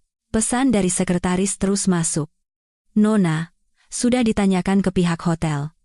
Sebagian besar tamu sudah pulang sejak siang. Sekarang tinggal beberapa orang yang menunggu untuk melihat bagaimana Baskara akan menyelesaikannya. Tadi Pak Wang yang bisnis bahan bangunan juga bilang tidak mau lagi berurusan dengan orang sial seperti si Baskara, lalu pulang." Ayah mengambil telepon dan menjawab sekretaris, "Suruh hotel tangani sesuai prosedur saja. Tidak usah menjaga muka si Baskara. Kalau dia masih ngeyel, biar tim hukum kita yang urus." Tidak lama, pengawal mengirimkan video lain. Ini video yang diambil dari sekitar hotel. Di layar, sebuah sedan hitam berhenti di depan hotel, dan seorang wanita bergaun turun. Dia adalah tamu yang duduk di barisan depan di pernikahan tadi pagi, katanya salah satu mitra bisnis Baskara. Begitu turun dari mobil, sekelompok orang yang sepertinya wartawan mengerumuninya, mikrofon disodorkan ke mulutnya. "Ibu, Anda menghadiri pernikahan Pak Baskara, ya? Bagaimana situasi di dalam?" Kabar angin yang mengatakan dia menggelar pernikahan dengan black card istrinya lalu kartunya diblokir. Apa itu benar? Wanita itu merapikan gaunnya dan berkata dengan nada meremehkan, "Saya tidak tinggal sampai acara selesai. Saya sudah pulang dari siang." Pernikahan miliaran apaan? Bohong semua. Pak Baskara adalah orang yang tidak bisa dipercaya sama sekali. Selingkuh saat masih menikah, menggelapkan harta bersama. Orang seperti itu tidak bisa diajak bisnis lagi. "Perusahaan kami sedang mempersiapkan pembatalan kontrak." Setelah selesai bicara, ia cepat-cepat masuk ke mobil dan mobil itu melaju kencang. Wartawan yang tersisa masih berbicara ke kamera. "Pemirsa, seperti yang Anda lihat, pernikahan Pak Baskara telah menjadi drama penipuan abad ini. Bukan hanya tidak membayar biaya, ia juga ditinggalkan oleh mitra bisnisnya secara terang-terangan." Saya menutup video dan bersandar di sofa, merasa lega seketika. Dulu saya tidak pernah tahu seberapa luas citra Baskara di luar sana. Tapi sekarang saya sadar, semua koneksi dan citra yang ia miliki adalah karena nama besar keluarga saya. Tanpa itu, dia hanyalah orang biasa yang lebih rendah dari orang kebanyakan. Sekitar pukul 3 sore, ada kabar dari sekretaris lagi. "Pak, Nona, tamu terakhir di hotel sudah pulang semua. Sebelum pulang, mereka membuang souvenir yang disiapkan Baskara di pintu masuk hotel. Itu set parfum seharga jutaan. Beberapa bahkan meninggalkan catatan di kotaknya. Hadiah dari menantu numpang hidup." Sial.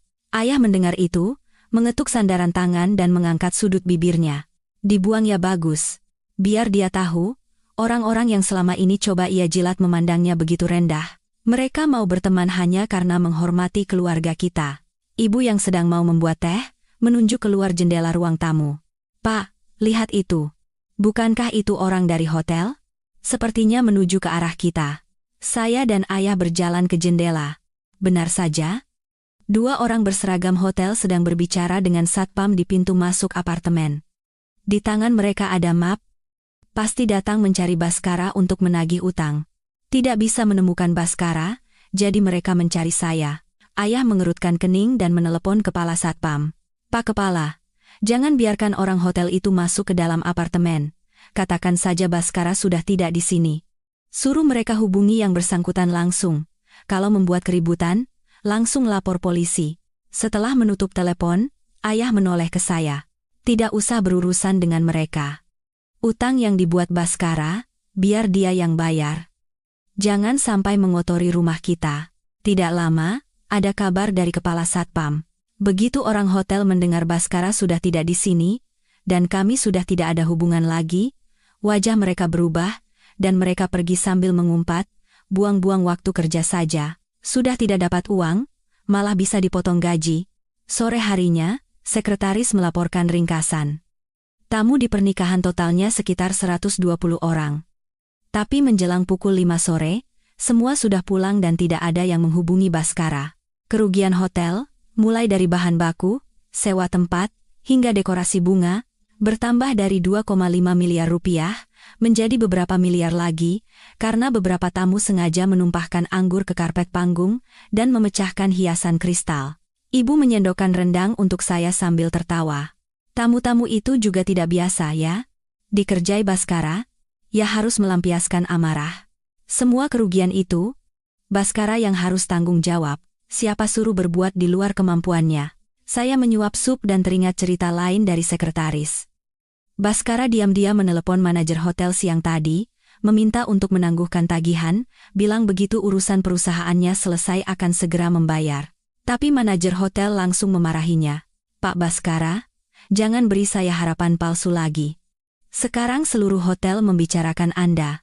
Kalau besok belum bayar, kami akan lapor polisi dan memberitahu media bahwa Anda menyewa tempat dengan data palsu. Silakan saja.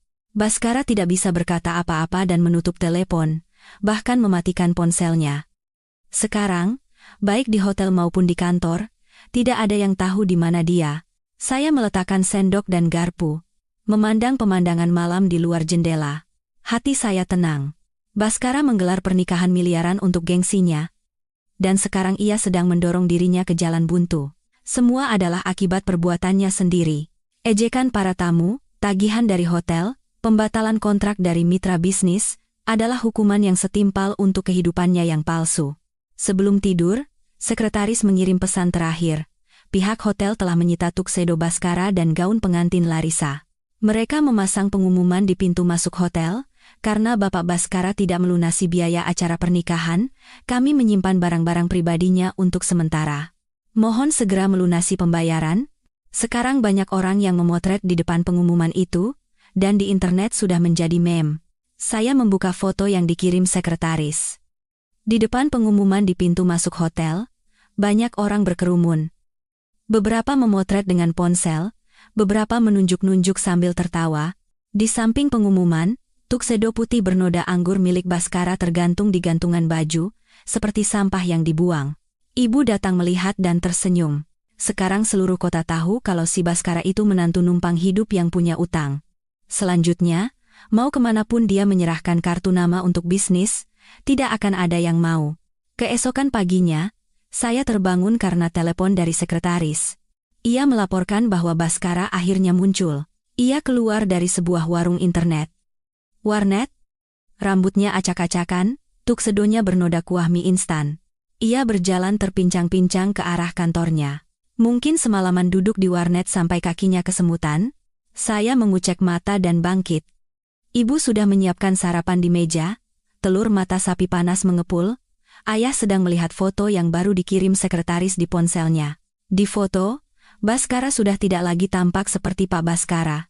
Kemejanya kusut, sepatunya kotor. Di tangannya ada kantong plastik lecek berisi 2 cup mie instan. Kondisinya tidak berbeda dengan gelandangan di pinggir jalan. Ayah menyerahkan ponselnya kepada saya dengan nada sinis. Sekretaris sudah mengintai di depan warnet dari pagi. Si Baskara keluar dengan kondisi seperti itu. Uang untuk bayar jam-jaman saja tidak punya, sampai bertengkar dengan pemilik warnet, akhirnya harus menggadaikan jam tangannya. Jam tangan mahal yang kamu belikan tahun lalu itu, waktu itu harganya 1 miliar lebih. Saya memandang punggung Baskara yang bungkuk di foto dan tidak berkata apa-apa. Semua ini adalah akibat perbuatannya sendiri. Saat saya menggigit telur mata sapi, pesan dari sekretaris masuk lagi. Kali ini sebuah video. Adegan saat Baskara tiba di depan gedung kantornya. Di video, begitu Baskara sampai di pintu masuk gedung, sekelompok orang mengerumuninya. Ada yang berjas, ada yang berseragam bank, dan beberapa wartawan membawa kamera. Orang-orang berjas adalah perwakilan mitra bisnis yang pernah bekerja sama dengannya. Di tangan mereka ada tumpukan tebal dokumen pembatalan kontrak. Orang-orang berseragam bank adalah petugas kredit. Di tangan mereka ada surat tagihan berwarna merah menyala. Wartawan menyodorkan mikrofon ke wajahnya dan blitz kamera menyala tanpa henti. Seorang perwakilan mitra melangkah maju dan mengibaskan dokumen pembatalan kontrak di depan wajah Baskara sambil berteriak, "Pak Baskara, perusahaan kami sudah 3 bulan belum dibayar. Sekarang mau membatalkan kontrak lagi? Kapan mau bayar kami?" Baskara mundur sambil menghindari tatapan. "Pak Wang, tolong beri saya waktu sedikit lagi. Sekarang saya sedang ada masalah. Begitu urusan dana perusahaan selesai, saya akan segera bayar." "Sedikit lagi?"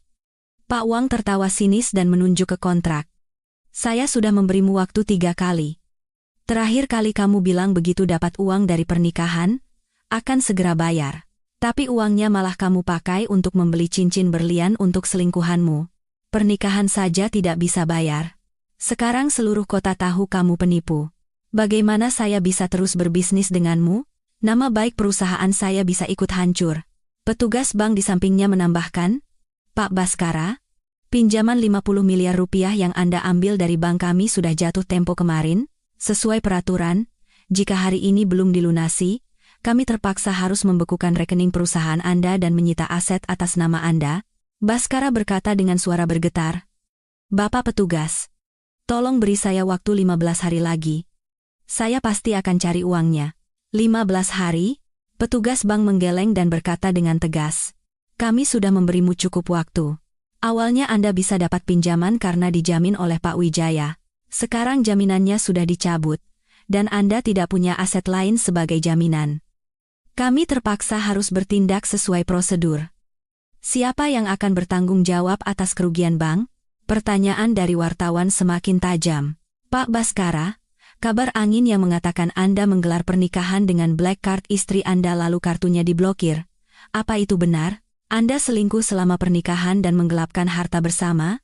Apa Anda tidak merasa bersalah pada istri Anda? Perusahaan akan bangkrut. Bagaimana nasib karyawan Anda?" Baskara tidak menjawab apa-apa. Ia memeluk kepalanya dan terduduk di lantai. Ia bergumam berulang kali, "Jangan tanya lagi. Tidak ada uang. Tidak ada jalan lain." Orang-orang mulai berkerumun semakin banyak. Beberapa memotret dengan ponsel, beberapa menunjuk-nunjuk ke arahnya. Di samping ada yang berteriak, "Penipu seperti itu harus dipenjara." Suara sekretaris terdengar dari telepon. "Nona, sekarang Pak Baskara dikepung wartawan dan penagih utang, tidak bisa masuk kantor. Tadi dia diam-diam menelepon saya, minta saya memohon pada Pak Wijaya untuk memberinya kesempatan lagi. Saya langsung tutup teleponnya." Ayah mengambil telepon dan berkata pada sekretaris, "Bagus, tidak usah beri dia kesempatan. Awasi terus apa yang akan dia lakukan lagi dan laporkan." Setelah menutup telepon, ibu datang membawa segelas susu sambil tersenyum. "Rasakan. Dulu mengandalkan nama besar keluarga kita, sombong sekali perusahaannya. Sekarang tidak ada dukungan. Langsung kelihatan aslinya. Pinjaman saja tidak bisa bayar." Saya membuka laptop dan mencari kata kunci Baskara dan Baskara Teknologi. Berita-berita muncul. CEO Baskara, teknologi selingkuh, ditinggal mitra bisnis. Black card diblokir, pernikahan miliaran rupiah jadi drama penipuan. Baskara Teknologi terancam bangkrut, karyawan tidak dibayar. Di bawah setiap berita, ada ratusan komentar. Menantu numpang hidup seperti itu harus bangkrut baru sadar. Sukses karena istri, masih selingkuh. Menjijikkan. Istrinya benar sekali, cerai adalah keputusan cerdas. Saat itu, pesan dari sekretaris masuk lagi.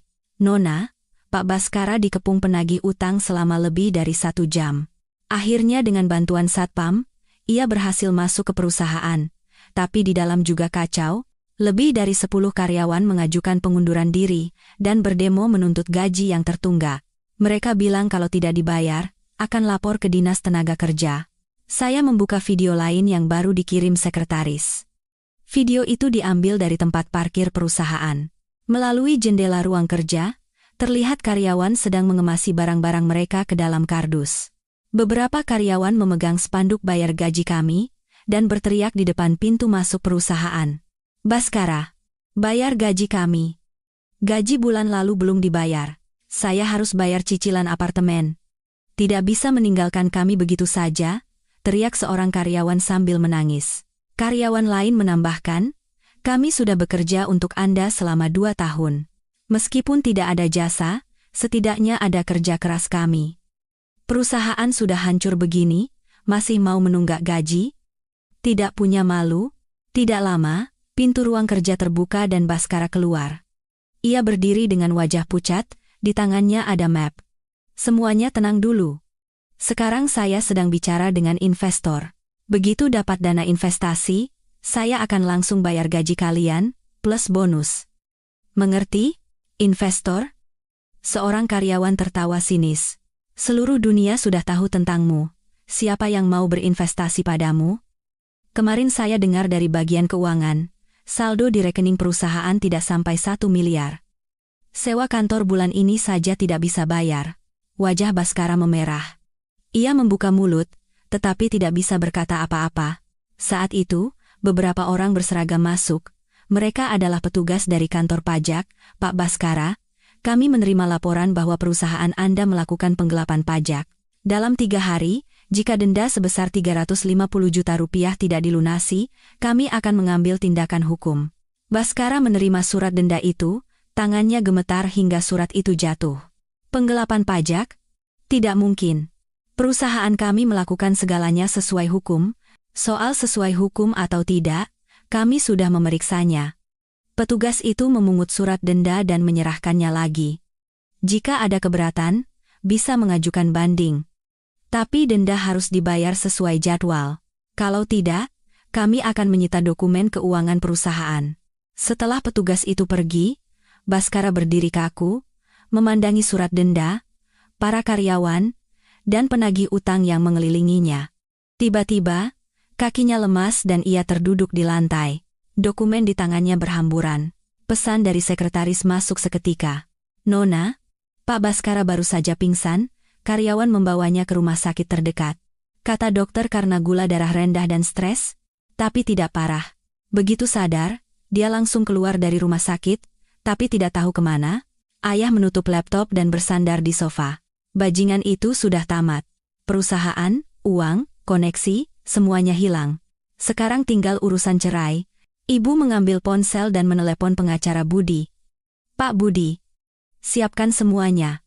Minggu depan, temui Baskara untuk menandatangani surat cerai. Saya tidak mau putri saya buang-buang waktu lagi untuk masalah ini. Saya memandang keluar jendela. Matahari hangat, angin meniup dedaunan. Rasanya nyaman. Perusahaan Baskara bangkrut, dia tidak punya kekuatan lagi untuk membentak saya. Sekarang tinggal menunggu waktu untuk mengambil kembali milik saya dan benar-benar lepas darinya. Sore harinya, sekretaris mengirim pesan terakhir. Nona, kantor Baskara Teknologi sudah disegel karena menunggak sewa. Karyawannya sudah pergi semua, tinggal kantor kosong dan tumpukan dokumen. Saya menutup telepon dan bersandar. Ibu menonton acara komedi di TV, dan tertawa tanpa sadar. Ibu menepuk tangan saya dengan lembut. Sekarang lupakan bajingan itu.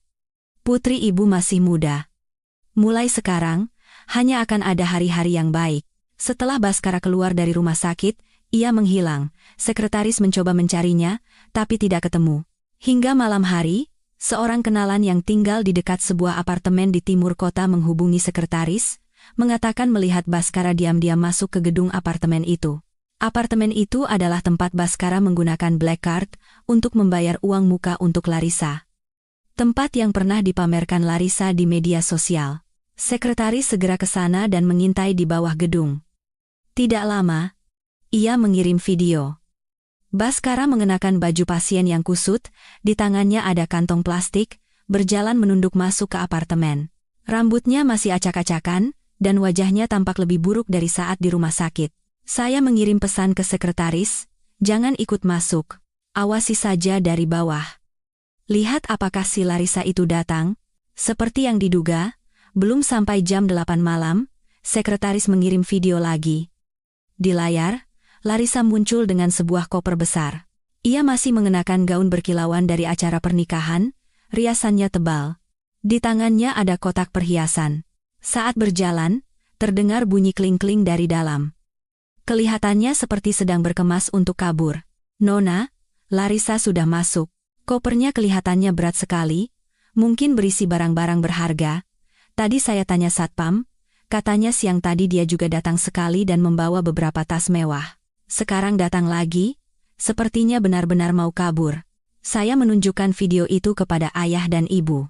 Ibu melihat layar dan tertawa dingin, wanita itu benar-benar licik. Begitu tahu Baskara bangkrut, langsung berkemas kabur.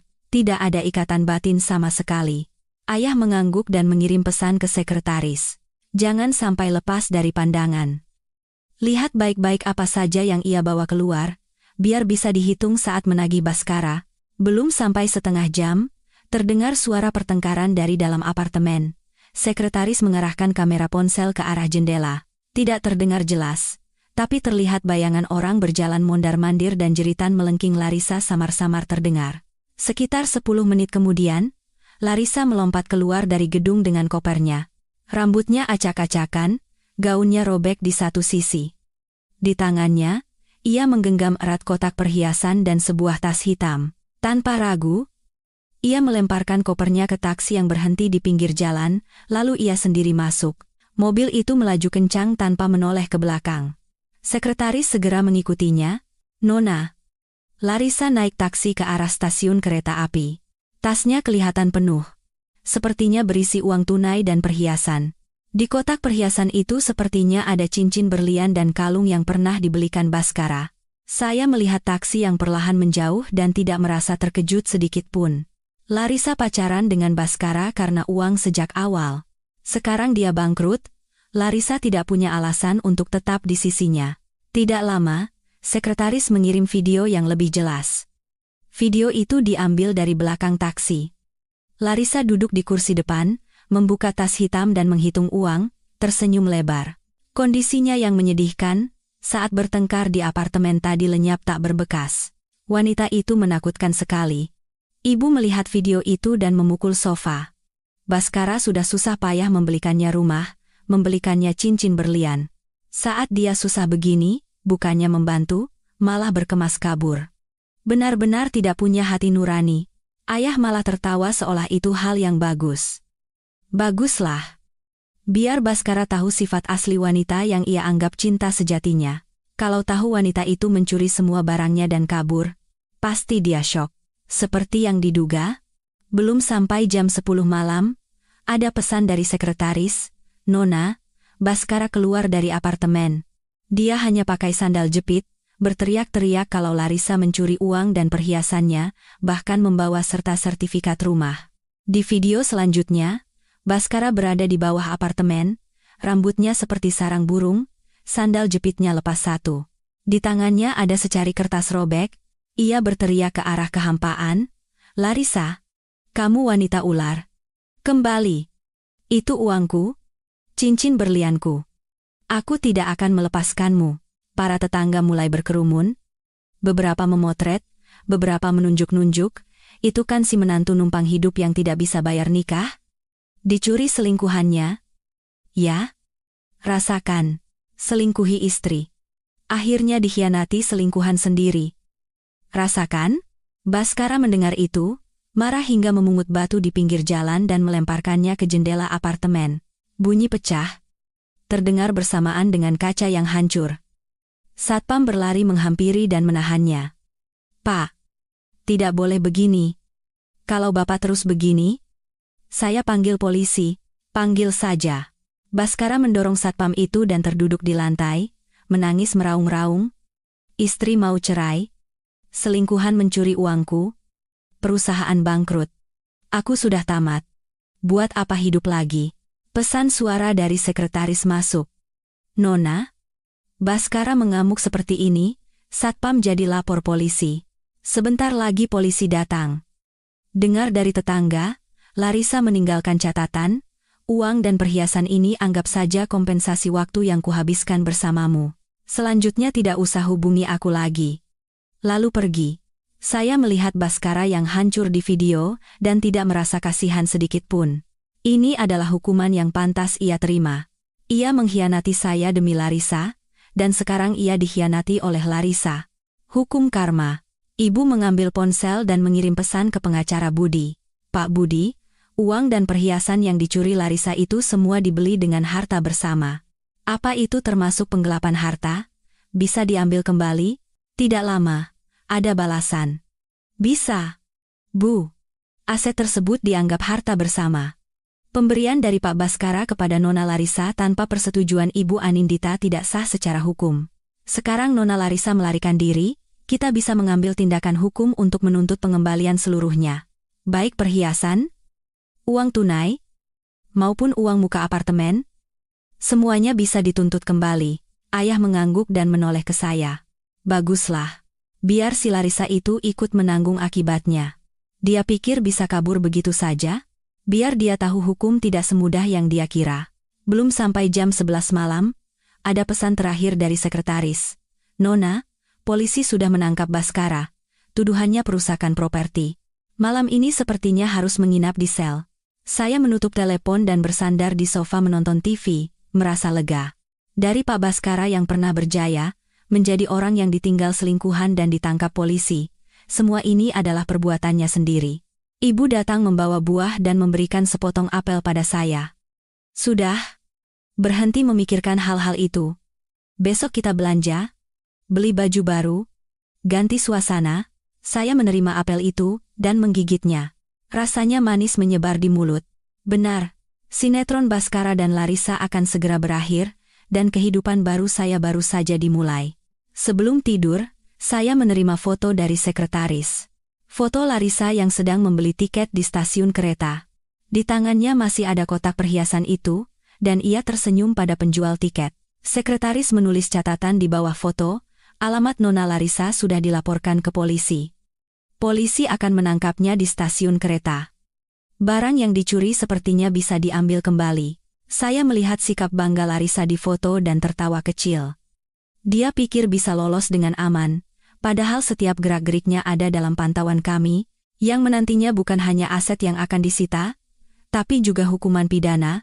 Keesokan paginya, begitu saya membuka mata, telepon berdering tanpa henti, pesan dari sekretaris. Berita tentang Larissa dan Baskara. Larissa ditangkap saat membeli tiket di stasiun kereta. Di tasnya ditemukan uang tunai 3 miliar rupiah, cincin berlian senilai 800 juta, dan perhiasan lain yang dibelikan Baskara. Bahkan surat perjanjian jual beli apartemen juga disembunyikan di tasnya. Sekarang ia sedang diinterogasi di kantor polisi, dan tim hukum akan mengambil alih untuk menuntut pengembalian harta bersama. Sementara itu, Baskara dilepaskan dari kantor polisi subuh tadi. Ia tidak punya tempat tujuan, jadi ia duduk di warnet. Paginya, ia kembali ke apartemen untuk mengambil barang, tapi apartemen itu sudah disita oleh bank karena ia tidak bisa membayar utang. Bank memutuskan untuk melelang asetnya. Saya menceritakan berita ini kepada ayah dan ibu. Ibu menyendokkan bubur untuk saya sambil tersenyum. Puas sekali rasanya. Larissa akan dipenjara karena mencuri, dan Baskara tidak punya tempat tinggal. Inilah hukuman yang pantas untuk mereka berdua. Ayah mengangguk dan mengirim pesan ke sekretaris. Minta tim hukum berkoordinasi dengan polisi dan segera ambil kembali barang-barang itu sebelum si Larissa itu berbuat macam-macam lagi, dan awasi terus si Baskara. Sekarang sudah terpojok, entah akan berbuat gila apa. Belum selesai ayah bicara, ada telepon dari kepala satpam apartemen. Suaranya terdengar panik. Nona, gawat, Pak Baskara datang ke pintu masuk apartemen kita. Dia pakai jaket tua. Di tangannya ada kantong aneh. Minta masuk untuk bertemu Nona. Waktu kita larang, dia duduk di lantai tidak mau pergi. Katanya kalau belum bertemu Nona, tidak akan pergi kemana-mana. Saya menghela napas. Hah, baru diomongin sudah datang. Ibu mendengar itu, langsung marah. Bajingan itu belum sadar juga. Muka tembok. Biar ibu turun dan maki-maki dia. Ayah menahan ibu dan berkata ke telepon, Pak Kepala, jangan biarkan dia masuk dulu, saya dan putri saya akan segera turun. Setelah menutup telepon, ayah menoleh ke saya. Tidak usah bicara apa-apa dengannya. Biar satpam saja yang usir. Nanti jadi ribut di depan apartemen. Tidak enak dilihat. Saya mengangguk. Berganti pakaian, lalu turun bersama ayah. Sesampainya di pintu masuk, terlihat Baskara duduk di lantai. Ia mengenakan jaket biru tua yang warnanya sudah pudar. Celananya kotor. Di tangannya ada kantong plastik transparan berisi 2 kotak susu dan beberapa tangkai bunga anyelir layu, mungkin dipetik dari toko bunga pinggir jalan. Begitu melihat saya, matanya terbelalak. Ia bangkit dan mencoba berlari ke arah saya. Satpam segera menghalanginya. Sayang, aku salah. Aku benar-benar salah. Kumohon, maafkan aku. Selanjutnya, aku tidak akan berurusan lagi dengan wanita seperti Larissa. Aku akan baik padamu. Kita mulai dari awal, ya? Para tetangga mulai berkerumun, memotret dengan ponsel atau berbisik-bisik, itu kan si menantu numpang hidup yang selingkuh, sekarang minta maaf? Muka tembok, saya tidak peduli dengan ucapan mereka. Saya mendekatinya, memandang kondisinya yang menyedihkan, dan berkata dengan suara sedingin es, Baskara, masih punya muka untuk menemuiku, lupa dengan pernikahan di Grand Cendana Hotel? Lupa dengan uang dari black cardku yang kau pakai untuk membeli cincin berlian untuk si Larissa? Lupa kalau perusahaanmu bangkrut dan kau punya banyak utang? Wajah Baskara memerah. Ia menunduk, menggenggam kantong plastik itu erat-erat, dan berkata dengan suara rendah, Aku tahu. Aku sudah kehilangan segalanya. Larissa juga mencuri uangku dan kabur. Perusahaan bangkrut. Sekarang aku tidak punya apa-apa lagi. Sayang, beri aku kesempatan sekali lagi. Ya, kesempatan? Saya tertawa sinis dan menunjuk ke tetangga yang berkerumun. Saat kau menggelar pernikahan, apa kau pernah memberiku kesempatan? Saat kau memakai uangku untuk membiayai selingkuhanmu, apa kau pernah memberiku kesempatan? Sekarang karena kau tidak punya apa-apa lagi, baru kau teringat padaku? Kau pikir itu masuk akal? Ibu juga mendekat dan menunjuk wajah Baskara sambil berteriak, dasar bajingan, putriku buta menikah dengan orang sepertimu. Sukses karena keluarga kami, lalu mengkhianati putriku. Sekarang memohon? Kau pikir akan berhasil? Mimpi saja.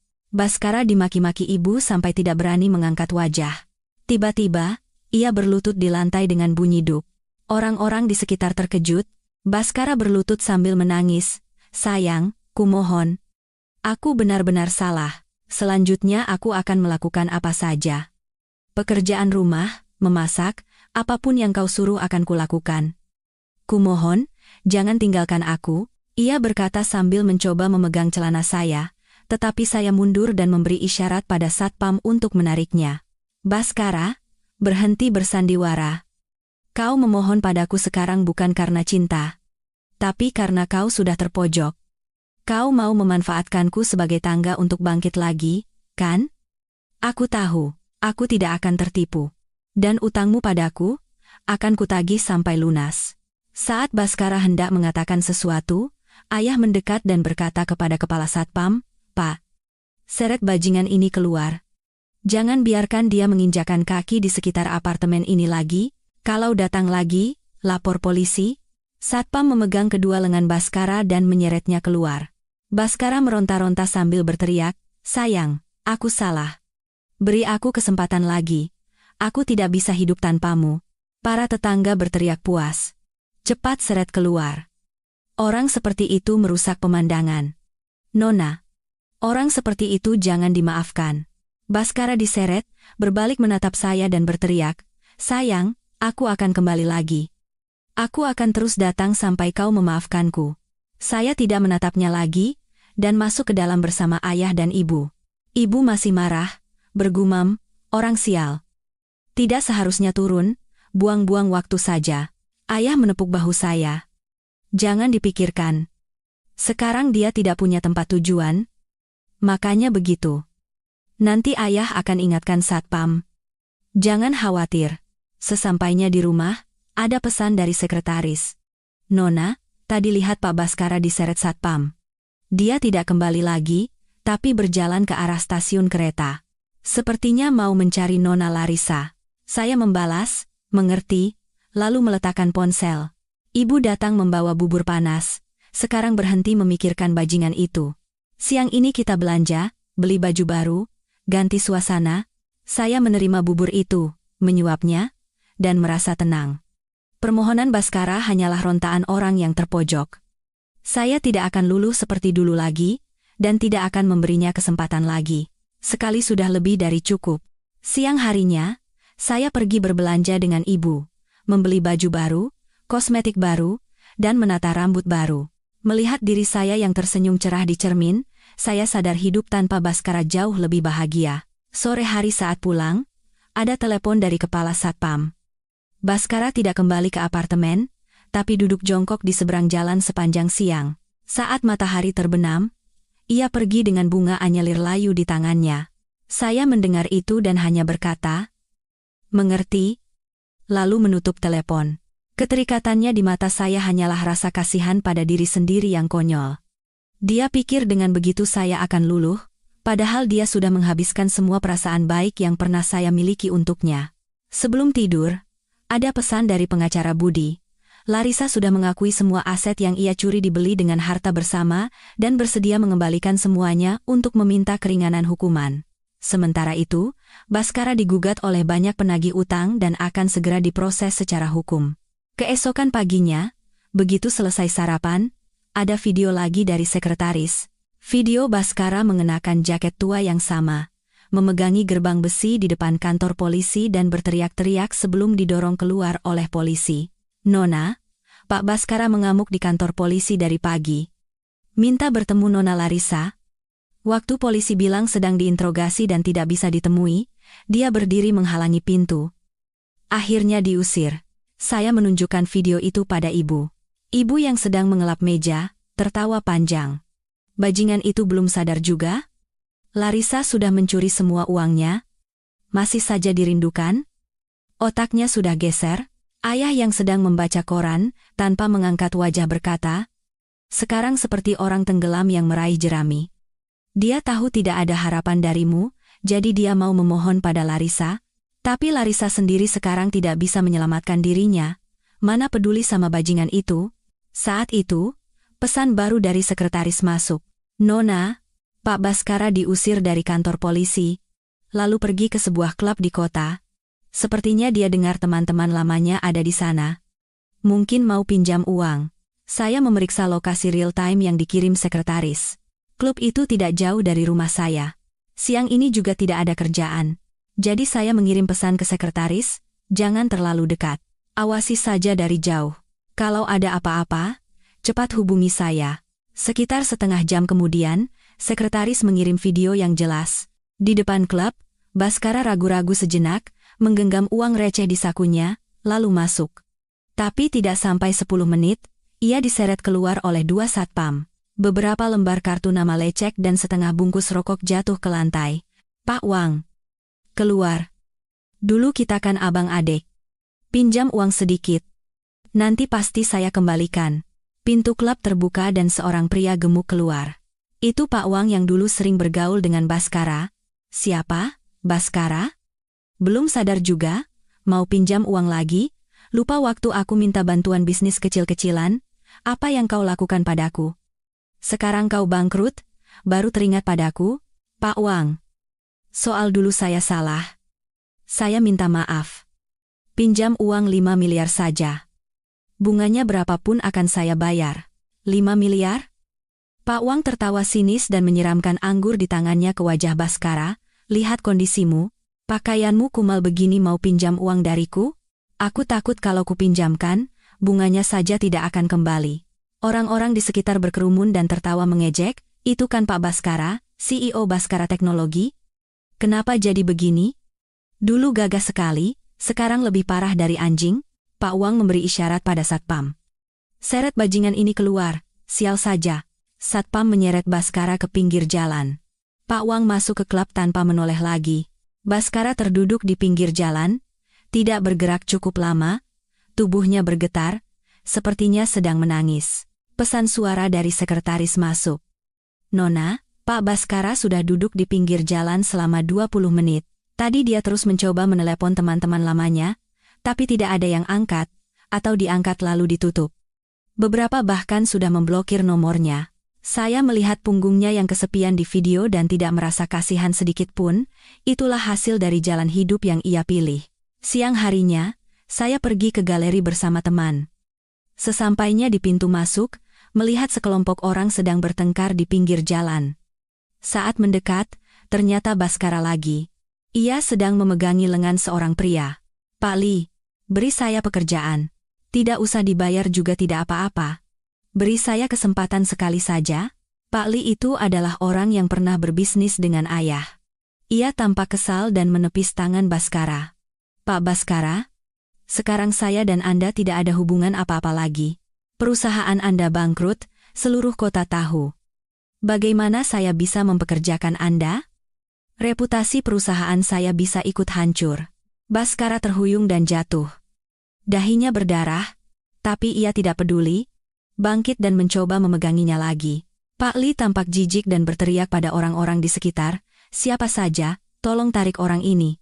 2 orang pejalan kaki yang tidak tahan melihatnya, datang melerai Baskara. Pak Li cepat-cepat masuk ke mobil dan pergi, meninggalkan Baskara yang terduduk di lantai menangis meraung-raung. "Kenapa tidak ada yang menolongku? Dulu aku CEO," orang-orang di sekitar berdecak. Dulu sehebat apapun, kalau sifatnya begitu, dari awal kalau baik pada istrinya, tidak akan jadi begini. Teman saya memegang tangan saya. "Ayo, Anindita, tidak usah dilihat yang sial-sial." Saya mengangguk dan masuk ke galeri. Melihat lukisan-lukisan indah di dinding, saya merasa puas. Kejatuhan Baskara adalah akibat perbuatannya sendiri. Saya tidak perlu bertanggung jawab atas hidupnya, dan tidak perlu merusak suasana hati saya karenanya. Sore hari saat pulang, ada pesan terakhir dari sekretaris. "Nona, setelah dari depan galeri, Pak Baskara pergi ke warung makan dan memesan mie instan termurah. Uangnya tidak cukup untuk membayar, sekarang dia harus cuci piring di warung itu. Kelihatannya akan sulit untuk bangkit lagi." Saya membalas, "Mengerti," lalu meletakkan ponsel. Ibu datang membawa sup panas sambil tersenyum dan bertanya, "Hari ini ke galeri seru? Dengar dari temanmu, beli lukisan juga?" "Iya, Bu. Seru sekali." Saya menyuap sup. Merasa hangat di hati. Lukisan itu warnanya cerah sekali. Rencananya mau kupajang di kamar tidur. Ayah yang sedang duduk, meletakkan remote. "Baguslah. Seru ya bagus. Selanjutnya lakukan saja apa yang kau suka. Oh ya, konsultan hukum bilang besok akan menemui Baskara untuk mengurus dokumen cerai. Melihat kondisinya sekarang, pasti dia akan tanda tangan tanpa banyak bicara." Setelah diusir dari depan apartemen, Baskara tidak punya tempat tujuan. Dengan uang beberapa ribu di sakunya, ia berjalan tanpa arah. Para penagih utang terus menekannya, sekarang bahkan mengancam akan menghubungi orang tuanya. Ia terpaksa mencari Pak Wang, yang dulu dianggapnya seperti saudara. Ia pergi ke klub mewah yang sering dikunjungi Pak Wang. Dulu, ia mengenakan jas mewah, dipanggil Pak Baskara di sana. Tapi hari ini, ia mengenakan jaket tua, dihalangi oleh satpam di pintu masuk. "Hei, kamu siapa? Ini tempat apa? Seenaknya masuk? Saya mau bertemu Pak Wang." Bilang saja Baskara datang, dia pasti tahu. Satpam memandangnya dari atas ke bawah, lalu tertawa sinis. "Lihat penampilanmu, tidak mungkin mau bertemu Pak Wang. Paling mau minta minuman gratis. Pergi jauh-jauh." Saat itu, sebuah mobil sedan hitam berhenti dan Pak Wang turun. Baskara melihatnya dan gembira, berteriak, "Pak Wang." Pak Wang melihat Baskara dan mengerutkan kening. Ia mendekat dan berkata dengan pandangan merendahkan, "Baskara, kenapa kau jadi begini?" "Kukira siapa?" "Pak Wang, sekarang saya benar-benar susah. Tolong pinjamkan uang sedikit, nanti pasti saya kembalikan." Melihat orang-orang mulai berkerumun, Pak Wang sengaja berkata dengan suara keras, "Pinjam uang? Lalu utang barang yang kau tunggak padaku selama 3 bulan bagaimana? Kau pikir aku akan meminjamkan uang pada orang sepertimu? Wajah Baskara memerah. Pak Wang, waktu itu perusahaan saya bangkrut, dan Larissa mencuri uang saya dan kabur. Tolonglah saya sekali ini saja. Itu kan salahmu sendiri. Pak Wang menunjuk wajah Baskara sambil berteriak. Waktu kau memakai black card istrimu untuk menggelar pernikahan miliaran dengan selingkuhanmu, tidak berpikir akan ada hari ini? Sukses karena nama besar Pak Wijaya, lalu mengkhianatinya. Kondisimu sekarang, rasakan. Orang-orang di sekitar mulai berbisik, itu kan si menantu numpang hidup. Rasakan, orang seperti itu tidak perlu ditolong. Baskara tidak berani mengangkat wajah, menangis memohon. Pak Wang, tolonglah. Selamatkan hidup saya. Kalau aku menolongmu, siapa yang akan menolongku? Kata Pak Wang, lalu masuk ke dalam tanpa menoleh lagi, hanya meninggalkan pesan, jangan biarkan orang seperti itu masuk lagi. Baskara terduduk di lantai, menangis tanpa henti. Malam semakin larut, ia tidak punya tempat tujuan. Ia membeli sebotol air mineral termurah dari minimarket dan menginap di bangku taman kota. Tubuhnya menggigil kedinginan, menyesali hari-hari yang telah berlalu. Akhirnya ia sadar. Semua yang pernah ia miliki sesungguhnya berasal dari nama besar keluarga istrinya. Dan dialah yang telah menghancurkan semuanya dengan tangannya sendiri. Keesokan paginya, di pintu masuk taman, ia bertemu dengan petugas pengadilan. Pak Wang menuntutnya atas tuduhan tidak membayar utang barang. Baskara menerima surat panggilan pengadilan dan merasa dunianya gelap. Sekarang ia tidak punya uang, tidak punya rumah, dan masih dituntut. Saat Baskara berdiri kebingungan di depan taman dengan surat panggilan di tangan, saya sedang menunggunya di kantor hukum untuk menandatangani surat cerai. Pengacara Budi menyerahkan surat cerai kepadanya, dan menjelaskan konsekuensi hukum yang lebih berat jika ia tidak mau menandatanganinya. Baskara menerima dokumen itu dengan tangan gemetar, menatap saya sambil memohon, sayang, kita tidak bisa bicara lagi? Aku benar-benar salah, saya memotongnya. Baskara, tanda tangani saja. Itu jalan terbaik untuk kita semua. Akhirnya, dengan tangan gemetar, ia menandatangani namanya di atas surat cerai. Hubungan kami yang buruk pun berakhir dengan sempurna. Beberapa hari kemudian, saya membuka studio desain atas nama saya sendiri. Di hari pembukaan, orang tua dan teman-teman datang memberikan selamat. Studio saya cepat sukses. Saya bekerja dengan bahagia, meskipun sibuk. Suatu hari, saat sedang memilih bahan di pasar, saya bertemu dengan seorang pemasok yang pernah berbisnis dengan Baskara. Ia bercerita. Beberapa hari yang lalu ia melihat Baskara sedang memunguti sisa sayuran yang dibuang orang di pasar. Kabarnya, sekarang ia menjadi gelandangan dan tidur di bawah jembatan. Saya mendengar itu dan tidak merasakan apa-apa. Hanya tersenyum dan berkata, ya, itu kan sudah berlalu. Benar, semuanya sudah berlalu. Kejatuhan Baskara adalah akibat perbuatannya sendiri dan tidak ada hubungannya lagi dengan saya. Sekarang, saya akan hidup untuk bisnis saya, untuk orang-orang yang mencintai saya,